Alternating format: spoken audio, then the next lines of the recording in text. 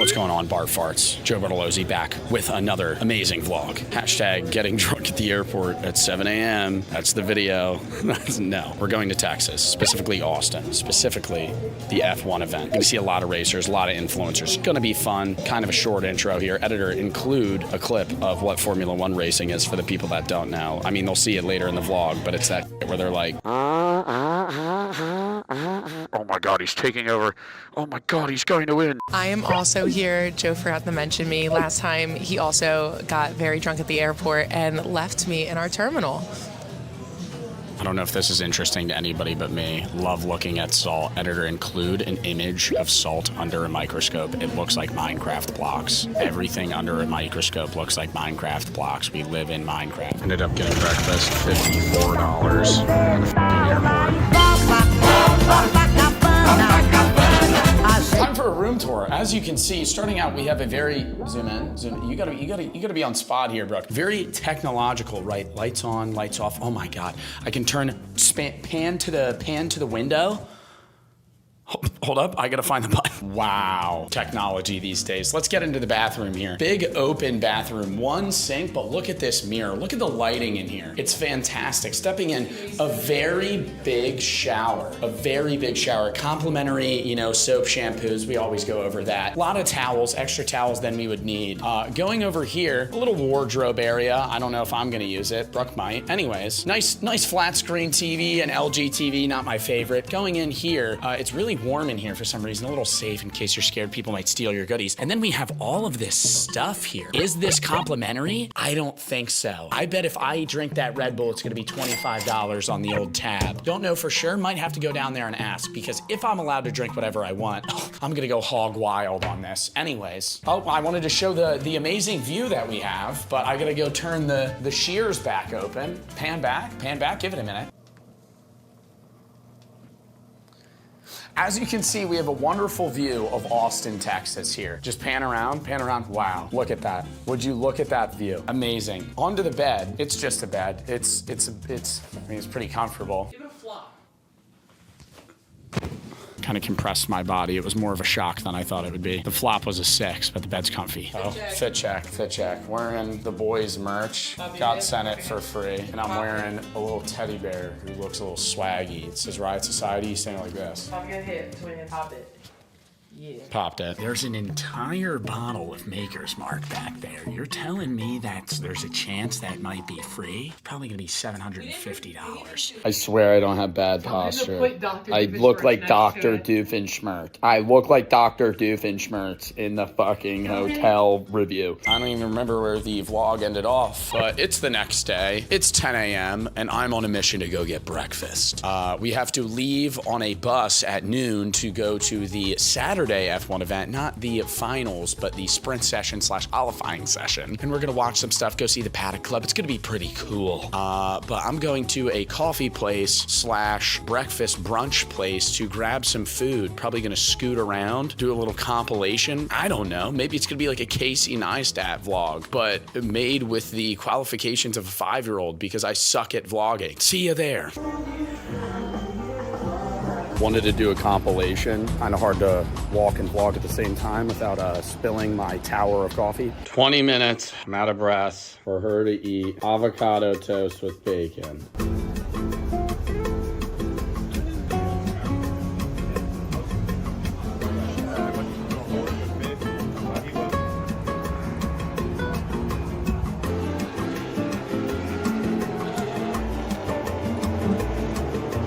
So we're at the F1 event here. The 80s cars are currently driving, so it's quite loud. Oh, we have a little break in between. That one's really slow. Anyways, it took like an hour to get here. Fucking line was really long. Got a signed hat by Gunther.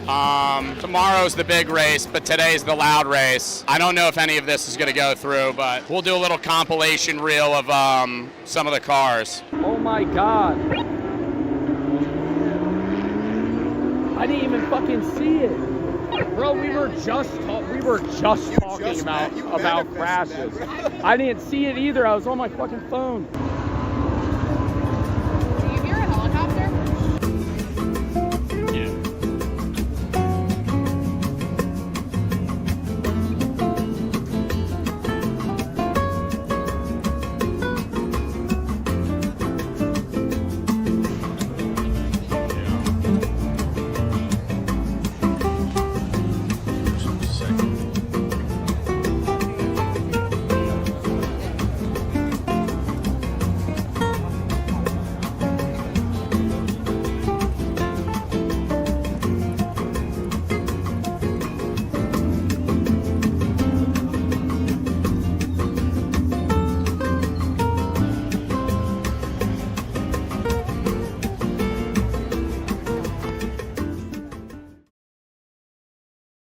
So it's the next day. I may have stopped vlogging after we saw all those Porsche cars. They were really cool, by the way. Hoped you guys liked the videos.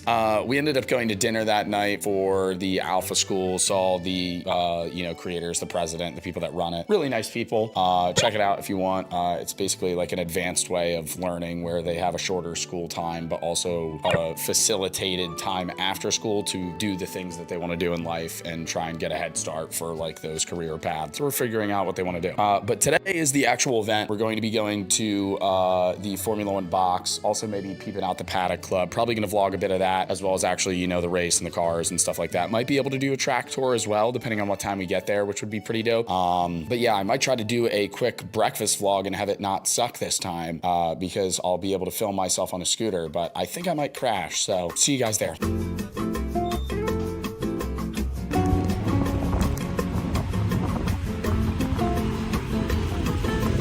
I don't even know where I'm going. Brother. Stuck at a stoplight paying for this scooter, but I can't move.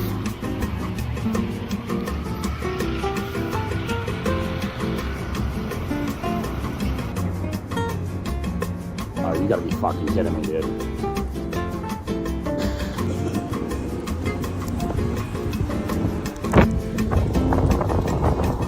I almost just ran over a crowd.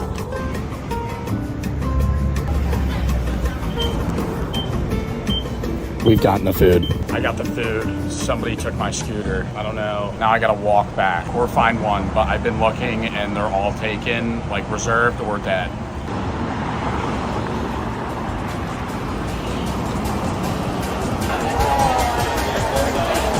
And the US Grand Prix is underway. Max Verstappen's gonna give it.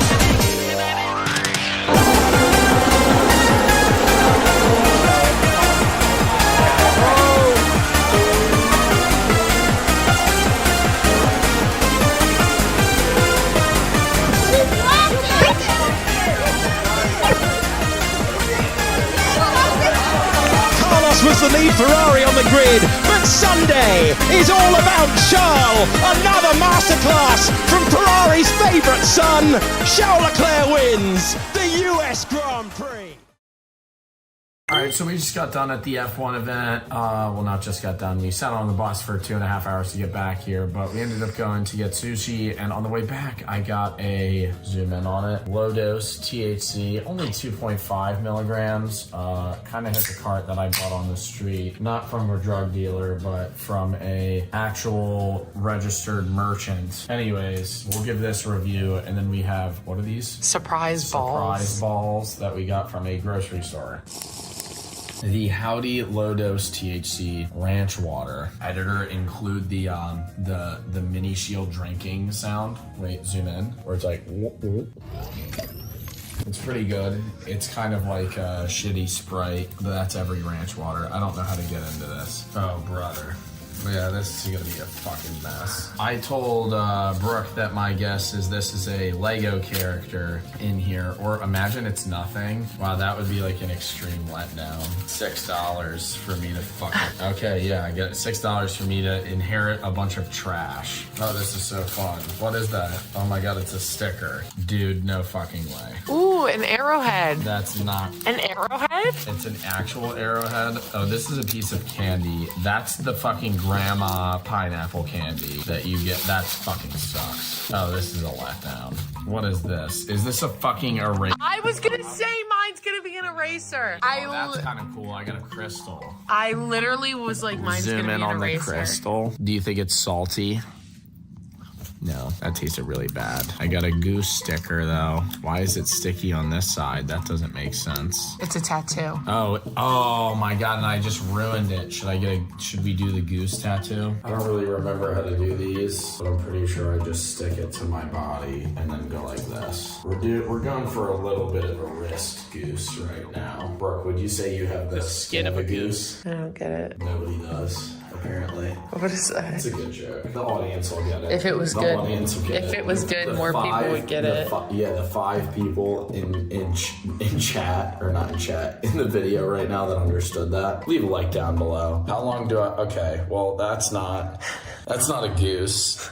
And well, the sticker. No, there's a too. yeah. Look, that's it's. Oh there. wait, it is. It's just really fucking pale. Oh my god, it just looked like a speck. Brooke's turn for the egg. Any guesses on what it'll I was be? gonna guess an eraser, and then yours is an eraser. So what are the odds? Mine's also an eraser. You're opening it wrong. No, I'm not. You gotta unwrap. It's been a long day. It's been a long day. It's been a long day at F1, to say the least. You imagine you just get the same exact thing. What is that? A used Band-Aid that they found in the streets of Austin, Texas? It's a joke. Is it a knock-knock joke? Did you hear about the guy who got hit on the head with a can of soda? No. He was lucky. It was a soft to drink. Wait, I didn't get it. There's a I didn't understand it. What major corporation is parent to brands like Audi, Porsche, Bentley, and Lamborghini? Yeah, repeat that. What major corporation is parent to brands like Audi, Porsche, Bentley, and Lamborghini? So the parent company. I don't know. Volkswagen Group. Oh, that was trivia. That wasn't a joke. I said it was trivia. Oh, wow. That was really worth $7. Okay, next. Oh, feathered. A used heroin needle. Wow, this is actually like. Are you gonna do your is- feather this is tattoo? shit. Peep the goose. Is it an arrowhead? What is it? What can you not show? Oh my god. Wish doll? That looks like a voodoo doll. That's fucking creepy. Wait, put it up to the camera. Do you think he's gummy? Can you eat him? He's just a No, little this is dude. actually- He's just a little hand painted. Wait, he's are just a these little empty? guy. This is not worth $6. I think I had a better pool than you did. Oh my god, you get another. Hold up. I have to finish. Is it good? What if I kind of wanted to eat it. What did I say it was gonna be? An eraser head. Do you think it's just gonna be this one? It's an eraser. Yours sucks though. How did I know? Yours sucks though. Look at this one. But look at me. You're Does just it a look little like cow, me? bro. Does it He's look a like cow, dude. Does it look like me? No. I knew it. Oh, it's a crystal on the other side. I used to collect rocks. Wait, no, that's just a crystal. I thought it was half crystal, half eraser. I used to collect rocks.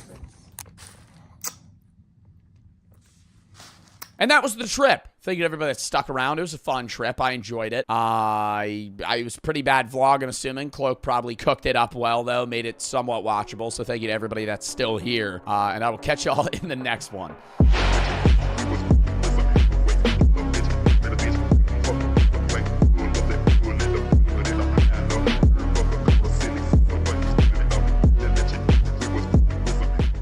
Lock in.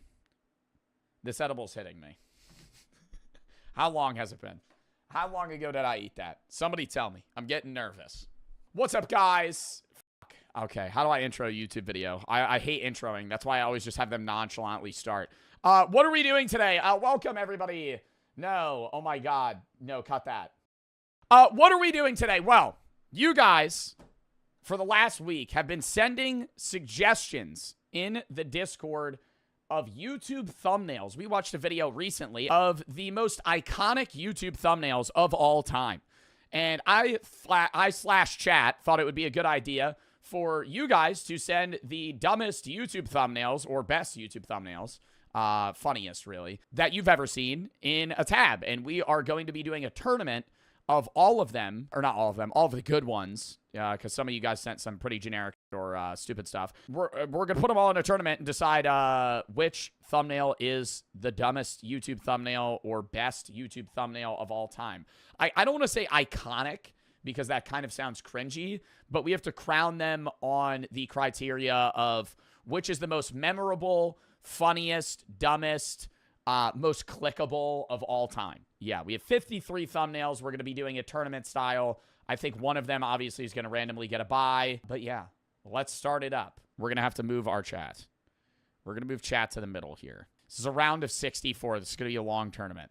Number 1, I'm creaming everywhere. Drake and 21 Savage dash her loss. Album reaction. Hour and 15-minute video. Some of these are just going to be thumbnails. Some are going to have the title as well, because it kind of coincides with what the fuck the thumbnail's about. I will dock points for that, though, I must say. I do enjoy the thumbnails that we're going to see that we have selected. I briefly glanced at most of them because I had to obviously save and compile this, but I try not to actually analyze any of them. But I will say I should be able to know what's going on in the video based off the thumbnail alone, but I will take the title into consideration. So starting off, we have a guy with lotion on his face. Coinciding with the I'm creaming everywhere. And then we have on the right, lucky moments is spelled wrong, in cricket. And there is a military jet plane crashing into the cricket field. Which do we think is better? How do I judge these? At all. How do I judge these? The fucking right one is definitely more clickbait because it's just a lie. I doubt Dabo was creaming everywhere at the Drake and 21 Savage reaction, but I think it's just a more clickable, dumb thumbnail, but not really edited. I kind of like how this has the YouTube subscribe and also is just a lie of a jet plane crashing into a cricket field. I'm going to go right. What's up, girl? Want to meet at VidCon? It's an anime of somebody smelling a stinky fart saying, you know, this farting isn't half bad. And it's a Discord conversation asking somebody to go to a hotel room at once. So a lot to unpack there. And then we have on the right, can you beat Skyrim with a vibrator in your ass? The left one is full brain rot. I would also say not even a good, there's too much going on.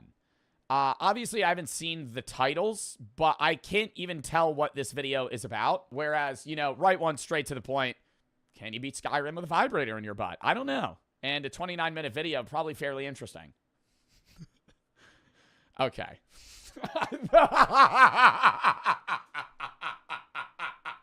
Okay, I didn't read that one. The real reason Silly Putty isn't available for Prime 2-day shipping. That's not a real thumbnail. That's not a real thumbnail. I never had a video that actually had that thumbnail or had to do with that. Or Jay Schlatt's on the right. I think a real thumbnail. Schlatt reacts to the hottest bedrooms. And is that a person, possibly a femboy, wearing what are those, garters and knee-high socks with a big red circle around it? Maybe perfume of sorts? I don't know. Am I allowed? I think I like the one with me, obviously, but that's not a real thumbnail, so I don't think it could win. I think it could move past. I don't think it could win. Both have react faces. A key point in any good thumbnail, you need the what? You need that. You need the unrealistic, exaggerated face. Both of these are good. I think I'm a little more, exaggerated than Jay Schlatt's. I don't want to say my thumbnail's better by any means, even though I didn't make this. I got to go with the left one. Recommended for you, sex legend. Is this a YouTube thumbnail? This is just a image grab of a Roblox window. Elon hacked me heart emoji. That's fairly basic. I know 3FS, though. The left one's better. Aggressively punching babies in public. Crazy reactions. I love the big dive here. This is a perfect thumbnail. Rap beef gone gay. He fucks his ops. Somebody licking a gun, sweating. Both are clickbait. I think the majority of these are going to be clickbait. This one's very confusing. I like the aggressively punching baby in public prank. I don't want to say I miss this era of YouTube because I didn't really like these YouTube videos, but it was interesting to see half your YouTube recommendation page being, I snapped my baby's neck in a Walmart to see reactions. And people would somehow believe that. Kid shoots dad after he takes PS5. Very well edited. 20 funniest NBA moments of all time. And it's LeBron wearing Hello Kitty underwear. That would be funny. But I don't know if that's edited very well. Which one's better? And most people are saying, ooh, it looks kind of even. 1 or 2. Kid shoots dad after he takes PS5. See, whenever I'm like stumped like this on round 1, I can say that neither of these are going to win. But because I'm not really, they're funny, But there's so many that are just like it. I think this is more unique. This is like a thumbnail editor actually put in effort. Actually, maybe not. This might actually just be a video grab with a PS5 put on that. I'm going to go this one, though. I like one more. Oh, my God. Phase Rug, one chip challenge, just full color saturation. We're going for bright popping. My eyes grabbed to that. I would say this is what, like, modern thumbnails are. Phase Rug really has it down, but Game Theory Mario's communist? Commie? Right one, surely. I got strangled by a garden hose for science. Oh my God, what is his name? Not, for the chicken place, not Cluckers. What's the name of the chicken place? El Pollo Hermanos. Gus. Gus going, he's gay now. I love dudes, 44%. That's kind of cringe. The thumbnail looks like it's trying to be funny, but it's not. I think number one is good, and it's also a generic Houston Jones thumbnail. I think that needs to be noted when we're judging this, is that that's just any Houston Jones. Let's go on Houston Jones right now. I got shot by a pitching machine for science, creating the worst dead hammer injuries. I froze myself for science. Walking on cactus so nobody else has to. All of these are just him getting bludgeoned or hurt. I don't know how he monetizes his videos, by the way. But he does. Next. Ooh. Battle of the Kings here. Daniel Henschel, Goop Guy. Very clickable. Just a raw image grab from the video. Actually, no thumbnail editing done. Or this is, I know this right one is like the top trick shots of all time, and it's the guy mouth gaping at a banana. This is more known than Daniel Henschel, but he really does have the clickbait down. I feel like I have to go off of popularity, though, in the best YouTube thumbnail of all time. And Daniel Henschel, while he makes great videos, this might be one of the historic eras of YouTube thumbnails. Okay, another one. Punching babies in public. Similar to the other one. Honestly, this one more edited than any of the other thumbnails we've seen. The yellow pop. I feel like I'm getting flashbanged. All the iPhone emojis in the thumbnail. Amazing. Or Roblox banned me for no reason with him flexing. Kind of basic. We're going to go punching babies in public. Drake farts in class and gets grounded, or quite possibly one of the most appalling YouTube thumbnails. I spent 100 hours in the world's poorest country with him standing around of children going, kind of really clickbaiting. I keep saying that, but that's what all of these are. Drake farts in class, gets grounded. That's boring. It's not boring, but it's not good. It looks like it's not a popping thumbnail. My eyes aren't gravitating to it. Is it funny with the title? Yeah. But the actual thumbnail itself, not funny. This, not funny. But, whoa. You know. You look at that. They got mad, and it's him kissing a Bluey character. Or the Gamer Challenge. Fighting Helen Keller. Okay. Fighting Helen Keller.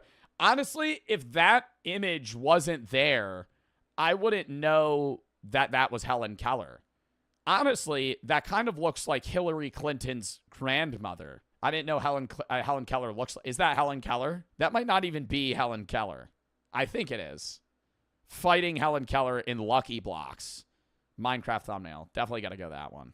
Last to get caught wins $10,000 challenge. It's a Morgs video. And it's the family, what, getting caught what? Having sex? Is that what this is supposed to indicate? I almost got my kids back by CJ So Cool. Him looking excited to pick up his kids. Eesh. We got to go there. For a family vlog video too. Sus kitchens that are high-key skibbity kitchen nightmares, Gordon Ramsay. Sus with Gordon Ramsay's face in a toilet like Skibbity Toilet. Actually, the worst thumbnail we've seen today. I've seen so much better kitchen nightmare videos are so popular on YouTube.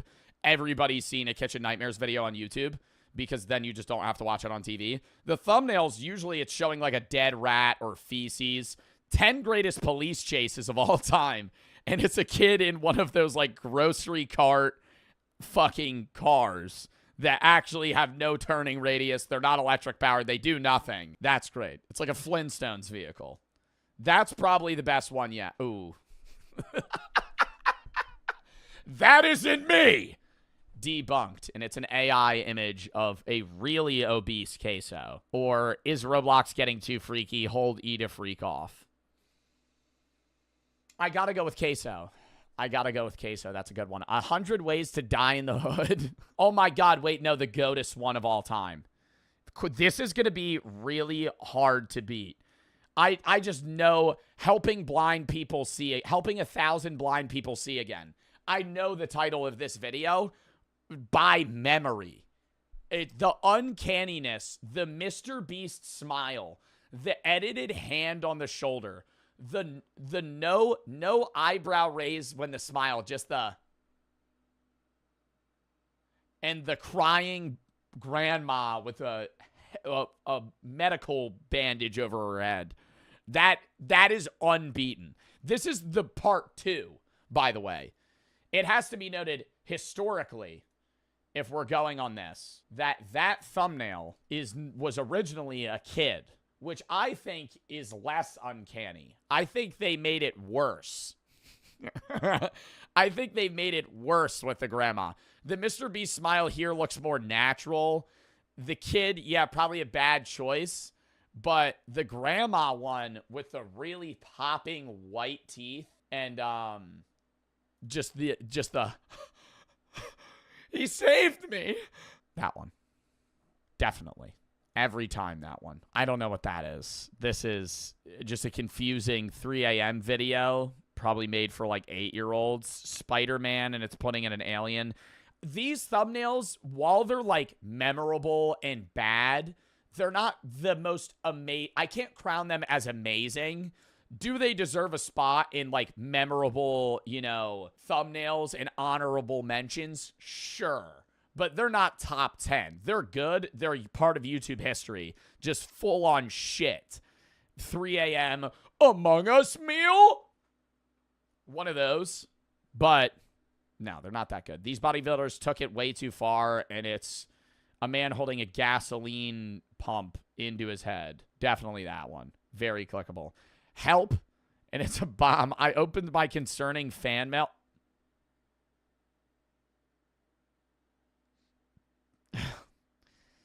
I don't know who made this image. The first one that we saw was definitely somebody that made it for this video.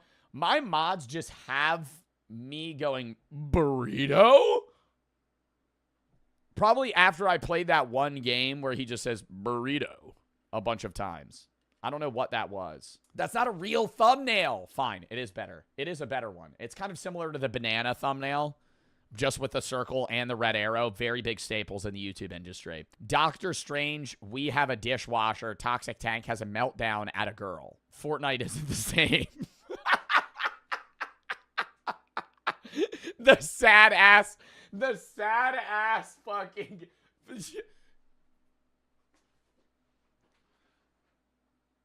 Just looking over the land, sad as hell, sitting in the Fortnite grass, the snowy mountains in the back, Fortnite bus. Oh my God, that one. Kids can't stop watching Brain Rot. Kid can't stop watching Brain Rot. You won't believe it. Tomorrow's Teachings really has nailed the thumbnail industry.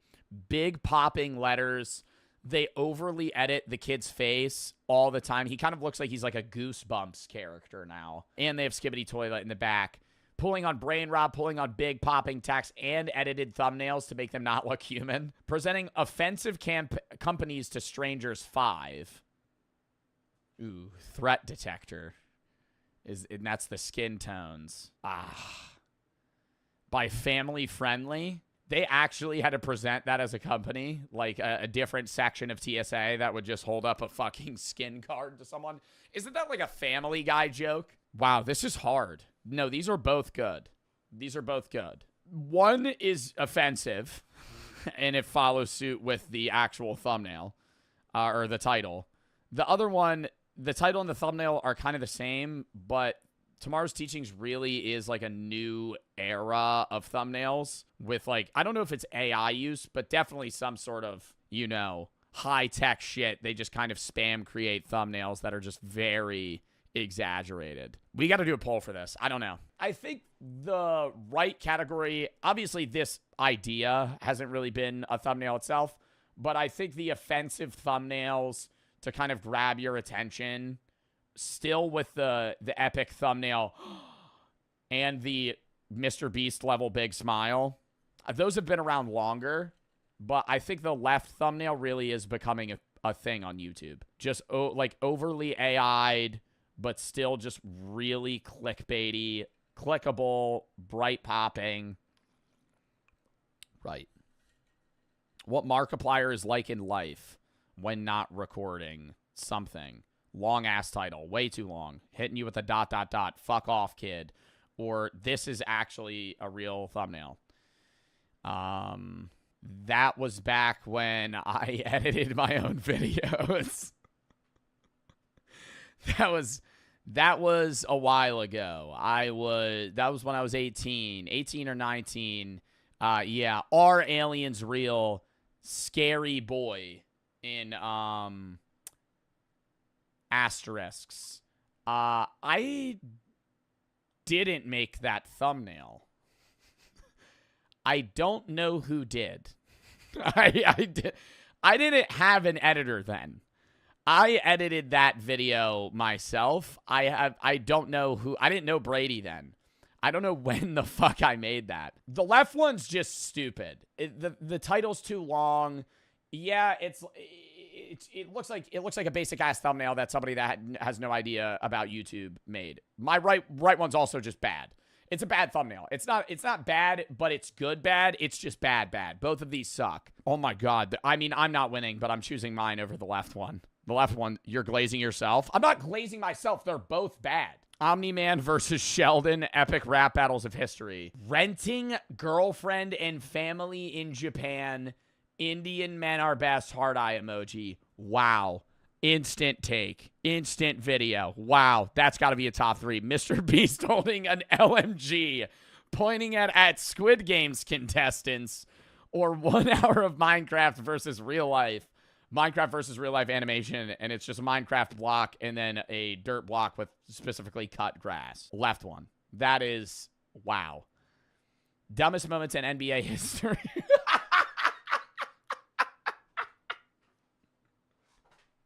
Like a curved James Harden skull and fucking turns the elbow. Oh my god. Oh no. Going against We Kissed, ordering gay potion from the dark web at 3 a.m. Oh. No, these are getting better. These are getting better. We Kissed, opening gay or ordering gay potion from the dark web. He's had some bad ones. All of his, like the one where he was like calling Black Santa at 3 a.m. Yeah. That's one of the worst. And when I say, I got to reiterate, the one that wins this isn't a good thumbnail. It's just the most memorable / how am I grading this? I feel like we all understand how I'm choosing which one's better, but I don't know how to put it into words. How are we crowning the best one? Like outrageousness, outrage and clickbait, which are like outrage, clickbait, and memorableness. Right.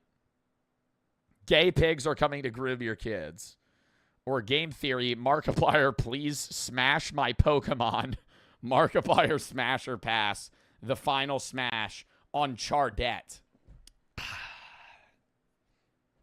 This looks like it would appeal to older millennials that are worried for the well-being of their country and are freaking out that they're going to need to have an uprising soon. Gay pigs are coming to groom your kids. Or this. They're both bad, which is part of what makes them the winner. But I don't think that they're memorable. I think one's probably more memorable. Being 100% honest during job interviews. I'm racist at a Domino's. Or we sliding for Georgie. I gotta go. That one, two. No, the other one, there's a lot of them like that. Cash or Flight, who can make the best edibles? Lucky Moments in Cricket. We already have that. Oh, is this a new? No, this isn't a new round. It's this one.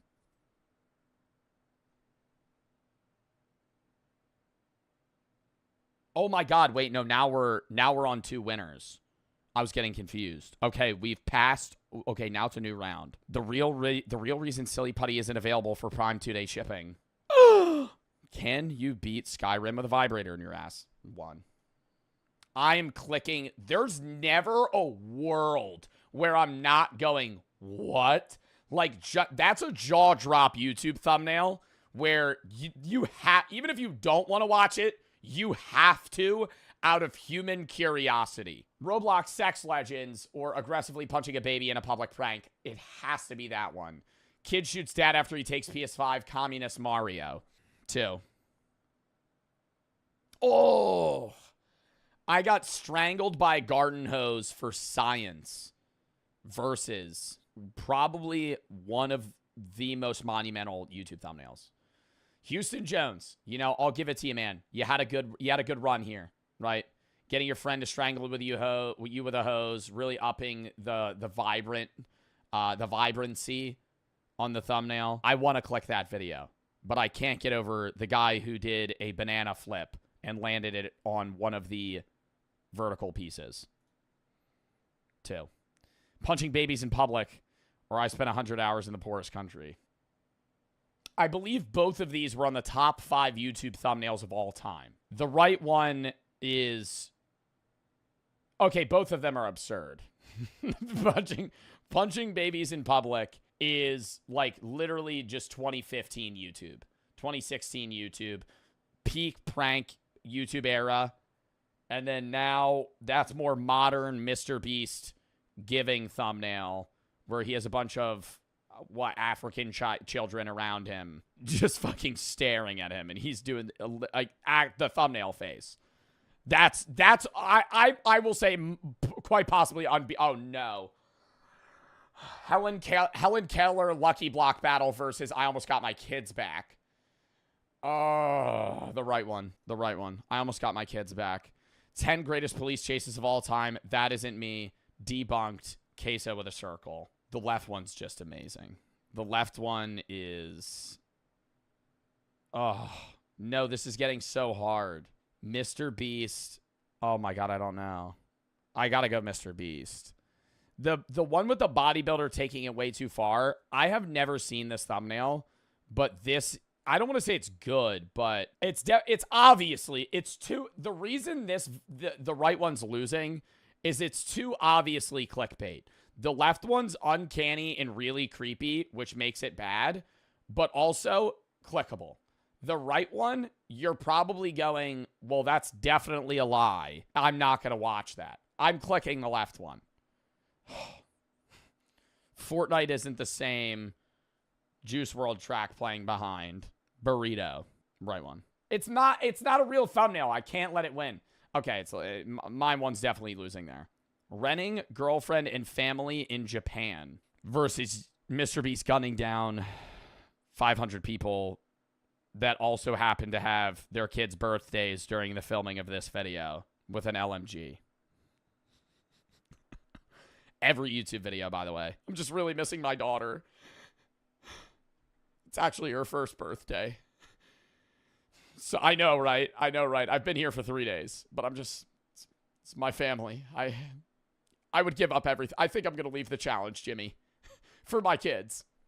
For your kids, stay in. Win the extra 100K a day. What the fuck is this shit? Also, definitely a fake thumbnail. Somebody else made that. That's not a real Mr. Beast thumbnail, but I love that thumbnail. Renting girlfriend and family in Japan is absurd. Indian men are best. I gotta go 1. It's not a real thumbnail. I would say that's a number 1 in my heart on honorable mentions. We Kiss ordering gay potion from the dark web at 3 a.m. It's not even close. That's a full sweep. We sliding for Georgie or Cash versus Flight. Who can make the best edibles? Sliding for Georgie. Oh, okay. We're getting into the playoffs here. This is actually not even playoffs. This is like borderline wild card rounds. We're at the best. We're at the best of the best. I don't know. I feel like aggressively punching babies in public, I feel like loses to the vibrant yellow one with the emojis that we saw previously and we'll probably see again. It's good, but it's not better than can you beat a vibrator or can you beat Skyrim with a vibrator in your ass? Communist Mario, I'm sorry. Oh, wait, both of these. This is good. This is a round. I spent 100 hours in the world's poorest country. I almost got my kids back. I would click on both of these videos. But I think the left one is more, it's more umph. I don't know how to describe it. Why? I'll tell you why. I almost got my kids back makes that thumbnail good. If I just showed you the images without the titles, you would go, what the ever-living fuck is the first video about? The second one looks like it's just like a wholesome edited family video where he's going to pick up his kid. The first one is, wow. Like, what the fuck is that? The first one. I wish this was my final. I wish this was my finale. Greatest police chases of all time, and it's a toddler in one of those little go-go carts. Versus Mr. Beast curing blindness. The right one looks torturous. Like, if I didn't know the title off rip, I would assume that was a fake Mr. Beast thumbnail and that it was like a Saw video. I kind of like one. More. I love that thumbnail. It's bad, but it's not like it's bad in its clickbait, but it's fucking funny. Like, I respect that thumbnail editor doing like just like the time you had to put in effort into making like I'm gonna edit a toddler on a highway being chased by 30 cop cars. Fortnite isn't the same, presenting offensive companies to strangers. That's the 5th video in the series I'm noticing.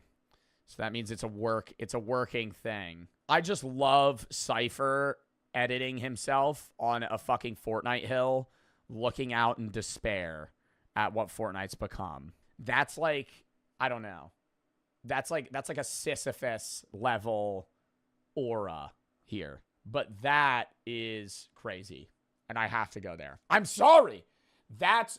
It's too wild of a thumbnail. I should have gone back.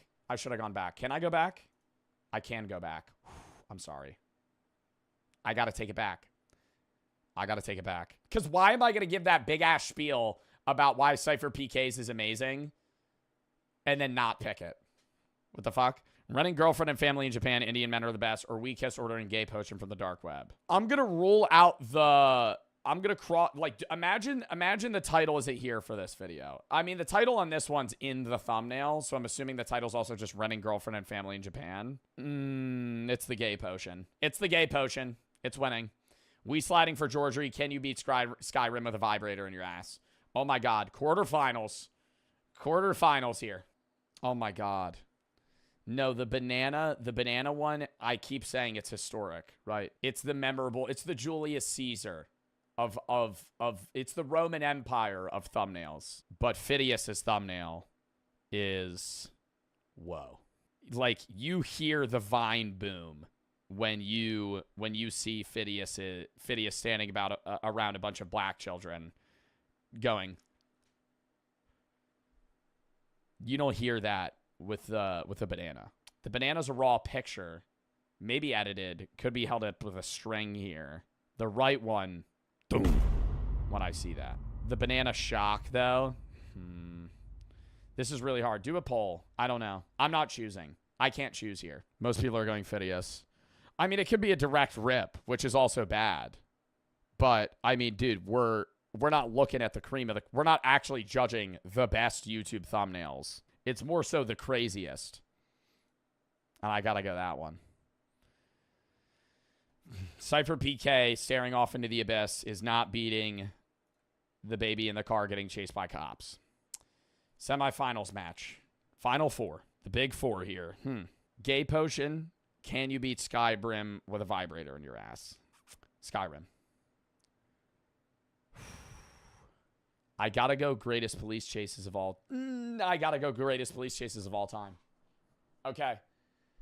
These are the craziest thumbnails of YouTube history, as per the suggestions from my chat and my own decisions. Number 1, in the left corner, we have Clump. I don't know what the top left thing is on the thumbnail. I've kind of been ignoring that. I don't know if it's a part of Skyrim. But can you beat Skyrim with a vibrator in your ass? Now, it's basically just the title I have to keep in mind. But the title's really grabbing. And I'm not going to lie, I feel like some people are probably going to be unhappy that I let it go this far. In hindsight, the thumbnail's only good because it's repeating the title, which is very grabbing. But sometimes a good enough title can also be a good enough thumbnail. But the thumbnail on the right, 10 greatest police chases of all time. The infant, on the run, down the highway, multiple cop cars, units behind them, is trumping that. I think number 2 is clickable by any age range. Everyone knows it's clickbait, but you gotta fucking click just to see. On the off chance that there was a toddler going down a highway with cop cars. And it's not offensive. A lot of the other ones were offensive. I don't know. We're going to change. Should we change the finale? I kind of want to change the finale. I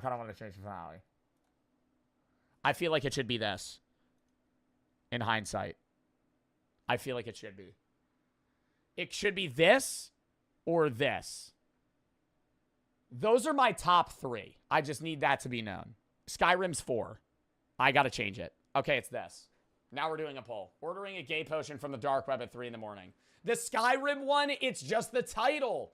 It's just the title. Either way, I think that the vibrator one's not winning. Ordering a gay potion from the dark web or greatest police chases of all time.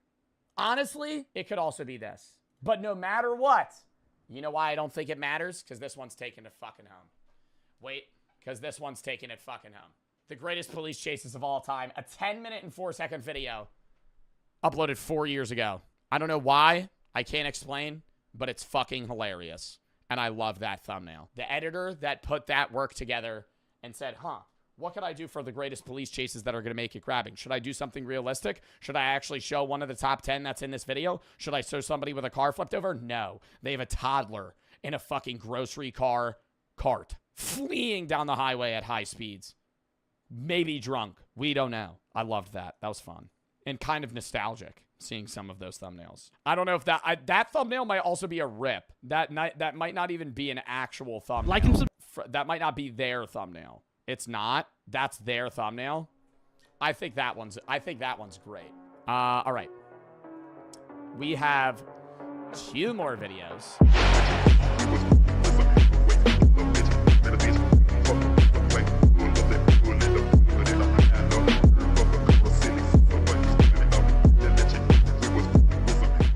What happened to the loudest guy on TikTok? He's not in the hills. I think I'm gonna hate this video. Quacky? You fucking quacky? Remember this guy? He used to be everywhere on TikTok, and all he would do was yell. What the fuck? Running on the fucking credit? The rip jokes are not funny. How the fuck would I be able to say that I'm dead? What's going on, Bart Parks? We're back with another fucking video. You know you've seen him before. Bro, I hate watching my TikToks. I fucking hate watching my TikToks. Oh my God. And I know it's like TikTok enabled me to transfer to like YouTube and Twitch, but oh my dude, like, and not like newer videos, like from like 2025, like, yeah, I'm still doing like the, yelling, and I post, once a fucking week, once every other week on TikTok. But dude, they're just screaming and just being like, oh, why did you do them then? So I could transfer to Twitch and YouTube, and it was doing well. At the time, it's like, at the time, I didn't dislike it, right? I think I still had some good videos, too. Wait, there's one video that I really like that I made. Like, I made this, see, this is like late 2023. So that's like, there's some videos I made that I don't think are like... Mess with me, I will let karma do its job. Mess with my family, I will become karma. Kill my duo Fortnite plot. Let's just say, I'm gonna get the Weeboot card. Now you hit the Gwitty on him after you scum him. Let's just say you mess with the bull. You're about to get the horns. Like, like that. Like those videos where I would just react to shit. Or wait, I love corn. Like that one, this one's funny. But I hate how it auto plays the TikTok. Oh my god. Okay. What can we do with all this leftover corn? I love corn. I also love corn. Like there's some videos I really loved making because it was just so fucking stupid. Like that shit was funny, but I'm saying more so the videos I made where I used to like scream at ramen. Like any video I made while I was a teenager. So anything from like, you know, basically 17 turning 18 to like 19, maybe even early 20 years old. So like anything from mid 2022 and back, I fucking hate those videos. I despise that content. Like all the videos I made there were trash. My boy with the beanie would be screaming into his $2 headset like he just saw the fucking sash ringing, trash singing, hash slinging slasher, practically breaking his vocal cords just to get some bread. And hey, I didn't get any money from that. I didn't make money on social media until I started transferring out of the shit content. That, like, the first 2 years on TikTok, I didn't make any money. There was no creator fund. There was no creator fund. Even when the creator fund sparked, 20 million views prior to the minute creator fund. See, here's how it worked. There was TikTok, and there was no money. The only money I would ever make was, like, if I got paid, like, $200 to promote an app, right? And this was, like, probably when I was, like, 18. And I mean, that's not like a salary, man. I'd get like an ad a month for like $200. So I was just making videos for fun. And I wanted to transfer an audience over. Like 2021, I wasn't even making like minimum wage. Then, you know, 2022 started. This was when I started dating Brooke, like October of 2021 is when I started to do Twitch and YouTube. And I started to see like a level of income. Where it was like, you know, I was probably making like $40K a year. Like, if you tried to like actually add everything up from good months, bad months, and that was like everything combined from YouTube, Twitch, TikTok. Like, I wasn't making a lot of money. Not that 40K isn't a good salary, but you know, it wasn't like I wasn't making big bucks from. I had millions of followers. It didn't do anything. Then TikTok came out with a creator fund, and I would probably make like $2K a month on that. Which was, you know, not bad for making fucking short form videos. But like I could get 20 million views and I would get paid like $300, which is good, right? But it wasn't like compared to YouTube or anything else, it was incomparable in terms of like how much money you're getting. Then the Minute Creator Fund came out. I made a bit of money on that, but I was already like at that point, the Minute Creator Fund came out while I was already doing Twitch and YouTube. So there was just any money that I made on TikTok was just like me posting 2 videos a day. Back when I used to post 35 videos a week. I used to post 5 videos a day. And then I would post 4 videos a day, then 3 a day, then 2 a day, then one every day, then one every other day. Now I post like once every other week, right? Because I just do YouTube and Twitch. But all that content, like early, mid 2022 and prior, I wasn't really making that much money on TikTok at all, and if any. And I just hated that content. I was just doing it because I liked. I mean, I say this at the time. I used to be narcissistic. Like it wasn't about the money. I thought it was cool. Like I thought I was cool. Like it was fun to make a video that popped off. Right. I was in high school, and then I'm transferring, and it's COVID, and I just sit at home and be a bum all day. So I didn't have a job. Because I fucking quit at GNC, and I was like, let me just stream. I was making fucking like $10 a stream for fucking 3 hours, and I would just fucking like grind short form and just try and transfer an audience. you gotta do what. And then slowly I became not an asshole when I started dating Brooke, and I started doing philosophy and all that shit. Then I started really grinding social media on Twitch and YouTube. Now I'm here. You gotta do. No shame in the grind. It was entertaining. Seeing Joe rage just made my day. Did anybody at your school know you were making TikToks? Yeah, I used to get bullied. But that was it. He was just the guy who would yell randomly at stupid TikTok shit. At the time, he wasn't seen as a creator. Not bullied. I was made fun of. For Like, I wouldn't describe it as bullying. Just another TikToker people laughed and scrolled past. But now, he's different, showing his real thoughts and opinions about real things. He still has that iconic rage inside him, but now it's... Well, no, now it's like when I rage on stream, I mean, I don't know. I think when I stream, obviously, I'm an extreme version of myself, you know? Like, when I'm not streaming, I'm not sitting here yapping for fucking 6 hours straight, but I'm a very talkative person. I do try to make jokes all the time, even with my friends and stuff. Like, I'm me, but I guess an extreme version of that. And when I crash out on stream, a lot of people think it's fake. Like, no, a lot of the time I'm actually crashing out. Like, you guys are, yeah, it's usually like chat or tech shit will piss me off. It's more intentional, more deliberate, because behind all that yelling... Like, when I was doing that fucking, when I was doing that, tournament for Party Animals and I was losing my shit, that is, real. I'm trying to pull up the clip, so you might hear me echoing. That is a real clip. He's on fire. No.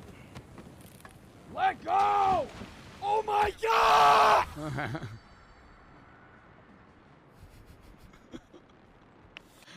Like, I was getting physically angry. Bro, like, I get mad playing video games. Where's the one where, like, my face gets really red? Hold up. This is bad. Oh, here it is. I found it. Where did it go? Oh, my God. Scrub Nugget said, womp womp, cry me a river. I'm timing your ass out for a fucking month! That was the most mad I've ever been on stream. That was, that... Scrub Nugget said, womp womp, cry me a river. I'm timing your ass out for a fucking month! No, but like, I'm not, like, people would be like, bro, that's a fake clip farm. No, I was fucking pissed. I remember because we were in the middle of shit and somebody was just rage baiting me. Was a guy who actually understood the game. Looking back at his TikToks, we realized that none of it was random. Joe knew how to grab attention and, more importantly, how to evolve once he had it. And the wildest part, it's not that I knew it, bro. Like, I had a lot of content that flopped. I just churned fucking videos, man. I posted like 6,000 videos. Motherfuckers want to start social media now. They'll post a TikTok every other week. Bro, you gotta fucking spam. Like, not shit post, but like, post shit. If it works, okay, great. You can run that for a bit. You know, don't fucking do the same monotonous shit over and over again. Like, I did the ramen video so long, I fucking buried it into the ground. They all started doing bad. And when they start doing bad, I switch it up, right? You see TikTokers today, they'll fucking hop on a trend. It'll do well, and then they'll grind it into the ground and then just be like, TikTok's shadow banning me. I'm like, no, you rode the wave, and the wave crashed, and now you have to fucking hop on another one, dude. Might only be the beginning.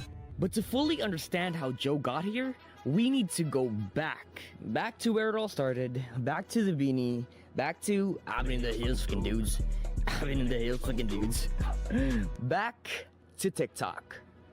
At first glance, Joe's TikToks just looked stupid and no, I think that's even after first glance. Funny. I mean, the first one I ever saw was him trying to break pencils and completely failed, like, embarrassingly bad. I mean, I could probably do it. I laughed my ass off, not gonna lie. A grown man trying to break pencils and raging, that's funny as fuck. But I also thought... I was 19 in that. Oh great, another dude going viral for yelling and making dumb faces. I was being a hater, just to hate, because I was in my emo era. It's not a phase, Mom, it's a life. Wait, is he saying you used to hate on me? Sorry. Because let's be honest, anybody can pop off on TikTok once, do some stupid shit, yell into your mic, dance a few times, look cute like Joe, boom, 1 million views. I've seen dozens of people blow up on TikTok. Even some guy in my neighborhood went viral just for posting pictures of himself wearing sunglasses at work. What the fuck? Never saw him again in my feed. But Joe, he did it again and again and again. He kept showing up on my For You page. And before I knew it, I became a genuine fan of his absurdity and yelling. That's not luck. That takes skill. It takes timing. It takes no... I don't know. I don't think it's like... I wouldn't even say it's skill, bro. I think it's just fucking... It's just try... You just know... If you just learn the trends, bro, and what people want to watch, you just run that. Now I think Twitch and YouTube is so much more complicated. I think TikTok's easy, man. I think I can make a no-face... I wanted to try this for a video. Just make a no-face TikTok account and run it to 1 million. Like, I think when people say... You know that clip of Duke Dennis where somebody asked him if he just, like, everybody mind-wiped him if he could get big on Twitch and YouTube again? I think that's so fucking hard. You need to have a lot of reputability, and it's not easy to do that. I think TikTok, bro, you could make a clip account. I say this, bro. I think if I didn't do social media... I would open fucking 7 clip accounts for Jinxie, Queso, Kai, and fucking Ray and Rakai, and I would just spam 5 videos a day, just fucking clipping the shit out of them, and make money on that. Like, knowing exactly who your audience is and what makes them stop scrolling, and more importantly, what makes them come back for more. But he didn't just go viral because he knew what people wanted. He went viral because he became someone people would never forget. A character, a brand. That's why I did the beanie. I think the beanie really helped initially on TikTok because it made me recognizable. You knew, like, if there was a screen recording and there was a beanie, that it was me. And that was just by, like, circumstance. And that was because I couldn't get a haircut during COVID. And I should have just let my hair stay long because I used to have the fucking worst carrot cut you've ever seen in your entire life. But I thought my hair looked bad grown out, so I would wear a beanie because I didn't want to do it. And then, like, when I finally got a haircut, I still wore the beanie because it was just known. So I still just wear beanies in my TikToks because it just feels weird if I don't. And the loud beanie guy yelling on his phone like it owed him money. You'd scroll once, laugh, scroll again, there he was. By the 3rd time, you might not have followed him yet, but you recognize him. That voice, that beanie, that energy, unmistakable. You weren't just watching anymore. You knew Joe Bartolozzi. But here's what most people missed. No, they didn't know me. The majority of people that recognize me don't know me. The majority of people that recognize me that know me from Twitch and YouTube immediately know my name. You're Joe Bartolozzi, right? But people that recognize me in public don't know me. They go, you're the guy from TikTok, like the beanie guy, every time. That's what they say. So it's just like the TikTok Joe Bartolozzi is a character, and I think that hurt my personality actually, which made me more narcissistic because I became that character, right? I became just like an angry fucking asshole, right? Then I separated that, and then I was actually just able to, you know, slowly become my own person on Twitch and YouTube. But like that helped me grow, being a character, being somebody that people are able to like recognize outside of just like a person, right? And I think that character doesn't even necessarily need to be something that's detached from you. It just needs to be something that's associated with you that people can recognize.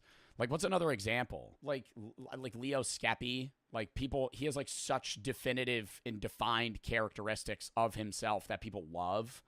And so they go to him because they know him, right? He's a unique person. Gerbert is like a new guy that's blowing up. Yeah, like Gerber always wears the white shirt and glasses, and he always records himself like this, right? Like that is easy and like repeatable, and so when people see it, they don't immediately scroll because TikTok is an app of short attention span, and you need people to be captivated.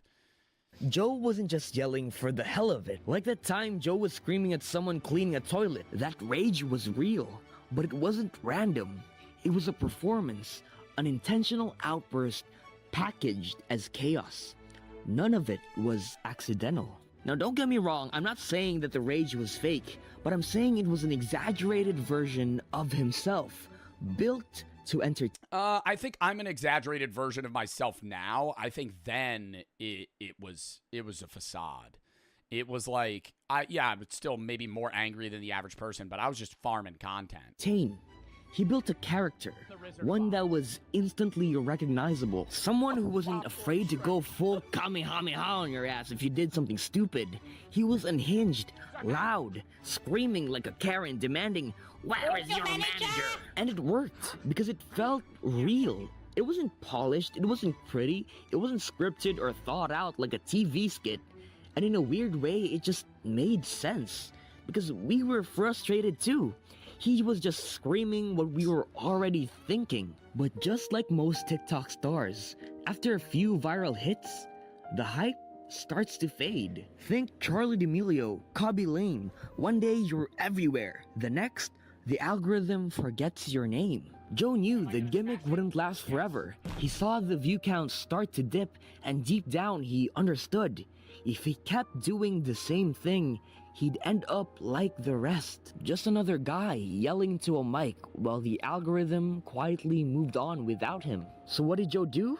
He took a step back and started thinking like a man with a degree in philosophy. I didn't have a fucking degree in philosophy then. Now, okay, now you're just glazing. Yo, I have one now. At the time that I was at that crossroads where I needed to transfer an audience, I was like in my first year of philosophy. Because, well, he literally... That was my sophomore year in college. So this was 2021 into 2022. I had to start transferring to Twitch and YouTube heavily, which is when I started doing variety on Twitch.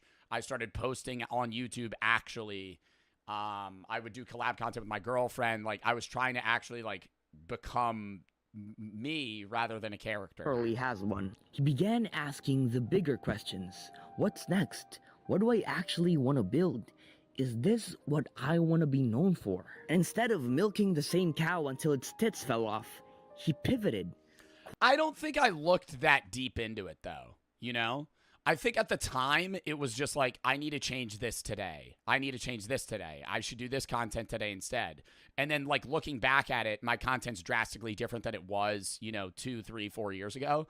But, like, in the moment, I was never, like, looking towards what I have now and, like, wanting to do that type of content, you know? Quietly, strategically, he started building something that could actually last. Not just a TikTok page, but a platform, a presence, a career where he could actually connect with the people watching. Because Joe Bartolozzi wasn't just trying to go viral anymore. He was trying to build something real. And that all started with YouTube. Having already built a massive following on TikTok, breaking into YouTube should have been a piece of cake for Joe.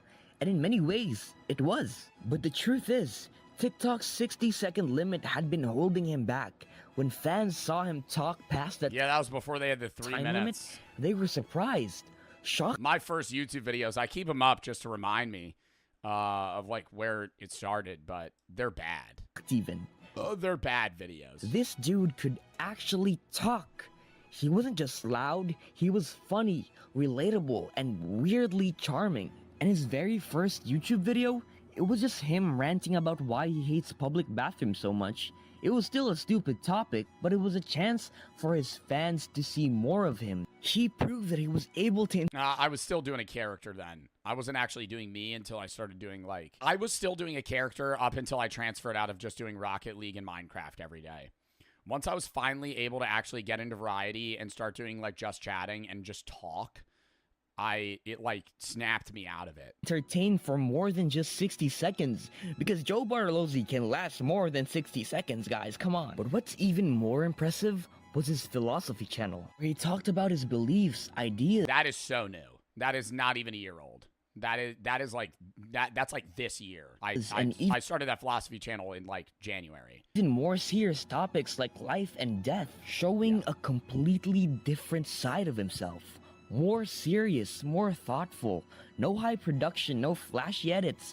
Just Joe being Yeah, I'll just talk. Joe. But he didn't. I mean, I still do that. I gotta record another one. Didn't know much about how to become a full-blown creator yet. He wasn't some long-form content expert, but he figured it out step by step, grinding every video, evolving every time he posted. And this is what made him so smart. He knew how to grow with his audience. He didn't stay in the same place. Joe wasn't afraid of change. He encouraged it because he knew that staying in the same place with the same vibe of being loud. I think it's also relatability. I think people like my reacts because they feel like they're watching the video with me. I think they like my philosophy because they realize I'm dealing with the same struggles as them, right? Like, you're watching me go through my own life struggles and my own, you know, revelations, and I just share them, right? Every day, I say what I think. Would just eventually lead to his downfall. But if you really want to see just how smart and entertaining Joe Bartolozzi is, You have to watch his Twitch streams. Not his clips, not his rants, the full-on reaction streams. Because I believe this is where he shines the most. Because compared to your average reaction channel like Sniper Wolf, where creators just sit there and nod and I yap too much now. I actually think I yap too much now. I'm not even gonna lie. There was one video that I watched that was 8 minutes, and in the YouTube video edited down that I posted was 45. I talked for an hour about an 8-minute video. Like, my content has gotten longer and longer and longer. Like, the average video I post is like 40 minutes long. Like a full episode. maybe fake laugh a little. Joe just brings way. Dude, in half the video, I'm not even half the time I'm yapping, I'm not even talking about the video. It's just something that like segues me into a rant. But that's why I think people like the clickability there, because it's just like they'll click because of the topic and I'll talk about it, but I'll also just ramble about other shit. So I think it also fits like short-term brain attention spans, because even if I'm doing a 40-minute video about economics or something, half the video I'm going to be talking about like random shit. More to the table. He pauses the video like every 3 seconds and yaps. Now you may disagree with me on this, but I think when he... It's impressive how good you become at just talking. I was talking to JoJo about this the other day.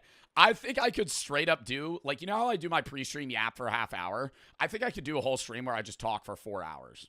No reacts. Because I do the reacts to give me topics to talk about.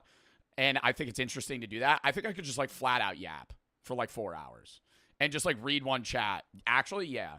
I don't think it would be, you guys would need to like ask me shit. But I think I could come in and just like tell, like, dude, the story time I did about the slap fight, I talked for an hour and a half about just that. About like my experience on an airplane. does that, it just makes whatever he's reacting to better. This dude is reacting live. No script, no retakes, just a loose outline in whatever weird corner of the internet he's diving into that day. And somehow it works better. Yeah, I think people fuck with that too. It's like, I think a lot of reactors stick to like the base-ass Jubilee videos, cut, stuff like that. I'll watch videos with like 1,000 views about like why something is the way it is. And I'll be like, this is interesting. And then I'll just talk about it. Like, I love those like random like stick figure sketch videos about like the top 7 snipers that have ever existed. Than most pre-edited YouTube videos.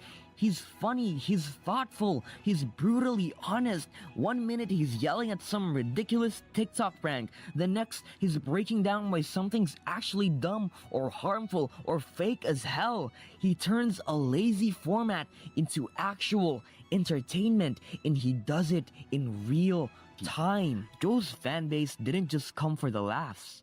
They stuck around because he gave them something real. No filter, no fake persona, just Joe figuring things out with you in real time.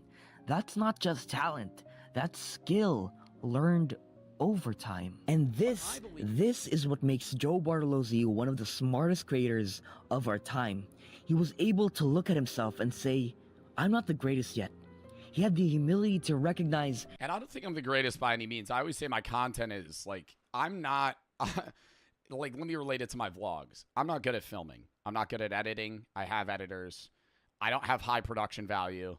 I don't know how to do a lot of the stuff. And I don't want to build a team. I want to be me.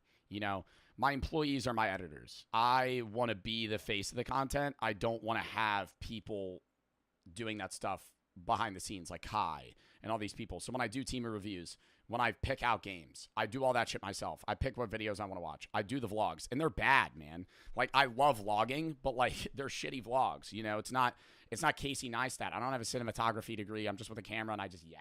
And I'm like surprised people enjoy them, but I think they just fuck with like me doing dumb shit. Like, it's just, I don't have like Danny Duncan level production. I don't have 4K cameras. I don't have $20,000 shit. Right? Like, I could get that, but it's just, then it removes the content that I make, you know? And I think I'm just known, like, for sitting in a chair, yapping, going on trips, doing stupid stuff, and it's just like, that's it. There was more out there. That going viral on TikTok wasn't the end goal. He didn't just settle for what was working. He didn't stay. I want it to be known, like, I'm not some fucking mastermind of social media like he's saying. I think I learned this on the move, and that's why I always say it's just trial and error. Like, I didn't have an end goal with TikTok to be doing YouTube where I am now. I just, like, took every day at its own and then scheduled a week in advance, right? Like, that was my plan. Comfortable just because it pulled views. Instead, he took the risk. He stepped into the unknown with no blueprint on how to become a full-on creator. But through persistence, trial and error, and a willingness to keep learning, Joe built everything himself. He mastered his craft. He evolved. So if there's one... I think you could say that about a lot of creators, though. Like Queso, especially. Not even trying to glaze Queso. I glaze him all the time. I think he's one of the most entertaining guys ever. He put in the fucking hours. He did the same goddamn thing. You know, clipping himself. I mean, he had a different spark. Like, I was a TikTok personality, moved Twitch. He was a Twitch personality that grew fame on TikTok and then moved it over. Thing you take away from his journey, don't get stuck just because it's easy. Do the hard things even if they scare you. Take the risk. Chase the growth. Seize the moment. He started just as a meme. Now, he's a creator in every sense of the word. And honestly, I'm proud to say that I'm a genuine fan of Joe Bartolozzi. I fucking loved that. That was very nice. Why is it auto-scrolling? I'm gonna like that. Please don't react to this. Yeah, a lot of people are spamming video session tab. That's why I wanted to watch it today, because I knew people would keep recommending it too. Z, thank you for the sub. That was a nice video.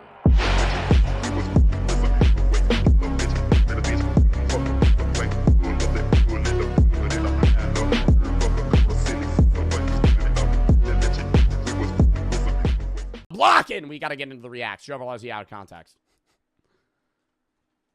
Oh, the Hawk to a joke book. Oh my god, I'm so upset I ripped that up. I wish I kept that book. I should reorder the Hawk to a joke book. And every day we should do, for 100 days, I should do a Hawk to a joke from the Hawk to a joke book. I'm going to reorder the Hawk to a joke book right now. Oh god, it's $10. This is a waste of $10. There is no point in me doing this. Why am I doing this? Bacon flavored toothpaste. Do me a bro, but you didn't leave in the part where I say the Hawk to a joke book. Oh, it's because it's out of context. Okay. Do me a favor. Grab one of those red Pringles cans. Shove it up your ass, okay? F you. Shut the f up. I'm gonna rant if I want to f***ing rant. Hold on. Press the f***ing button. If you don't press the button, we're all gonna f***ing get out. Press the f***ing... Somebody press... Oh, that was when we were watching the Beast games. I haven't watched episode 2 yet. Was it good? Ah!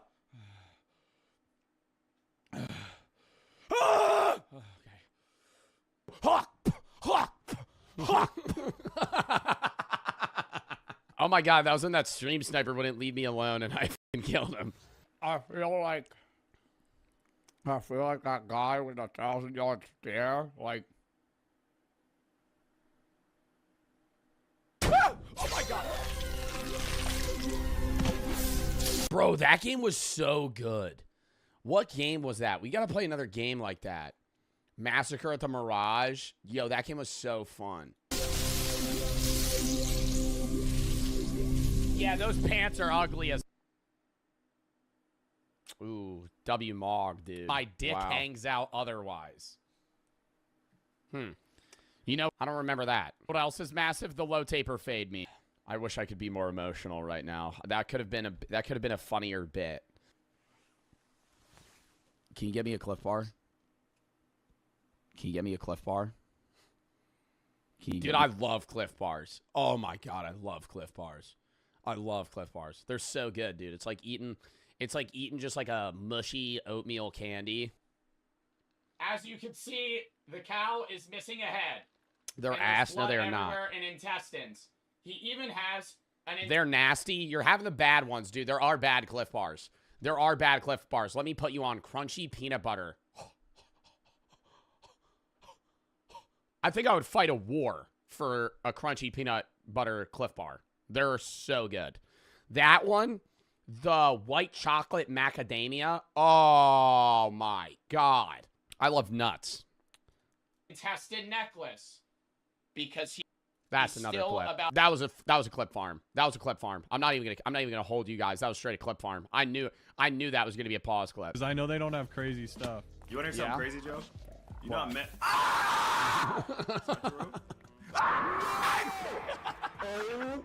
The CEO. Bro, I've been playing so much Minecraft recently because of the SMP, but I feel like it's been fun. I was looking at my Twitch tracker.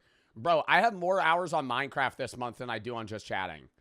I think not after today, but like they're about even. It's like killing Hitler. The guy just whips out a pistol, just fucking puts 12 into his chest. And for you guys that are like, I would never eat Mr. Fluffles. Yes, the fuck you. Oh my God, that argument pissed me the fuck off. No, you guys were actually annoying the shit out of me when we were talking about that. Oh, I would never eat my dog. I would never eat my dog if I was starving.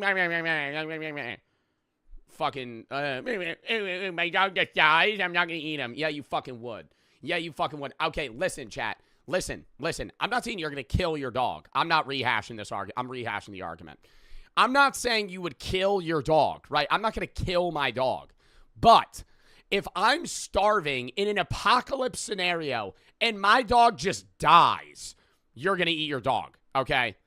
And you're saying you wouldn't, but starvation is a motivator, okay? You're a bad owner. I'm not a bad owner because you know what I said on the flip side, you dumb fuck? I said my dog can eat me too. I said my dog could eat me too. I would never kill my dog. I would never kill my dog, right? But if I keeled over in an apocalypse scenario, eat me. And that doesn't just go for my dog. That goes for anybody, right? if I'm in a group and we're like, you remember that one plane where they did that? The rugby players in Chile where they fucking die or they crash in the mountains. They started eating their friends. Bro, yeah, you're going to do it. Yeah, you're going to do it, right? You're saying you're not going to do it. Okay, right? And maybe, 100 people say, if you have 100 people that'll go, oh, in a survivalistic scenario, I'm never eating my dead friend, right? Okay, and they're saying that. And then when it actually happens, 98 of those people cave. 2 people actually stick to their guns, right? And fucking starve to death. Everybody else, you're eating your friend's leg, okay? And that shit pissed me off, right? When we were watching that video and then I heard that, like, they got back and everybody was harassing them because they ate their friends, I'm like, dude, they did the right thing, right? Like, if they killed them and ate them, that would be different, right? But if they just froze to death and then you were like, I'm going to eat them to survive, like, bro, they're already dead, right? If you're like, oh, I wanted to bury them, bro, they're frozen in the fucking mountains of Chile. You're not burying them. It's morally wrong. So you're going to starve to death? It's morally wrong to not want your friends to eat you. I feel like this is a cookie cutter fucking clean ass argument. I'm not even trying to rehash this shit. I'm rehashing it, right? I already did. We've been talking about it for 5 minutes now. Bro, if you are like, you're in the woods with your friend and you go, when I die, you can't eat me. You're a dick, right? You're a fucking asshole, right? You're a fucking asshole because now you're trying to guilt trip your friend. You should go, yeah, eat me when I die. I would never kill and eat my dog, okay?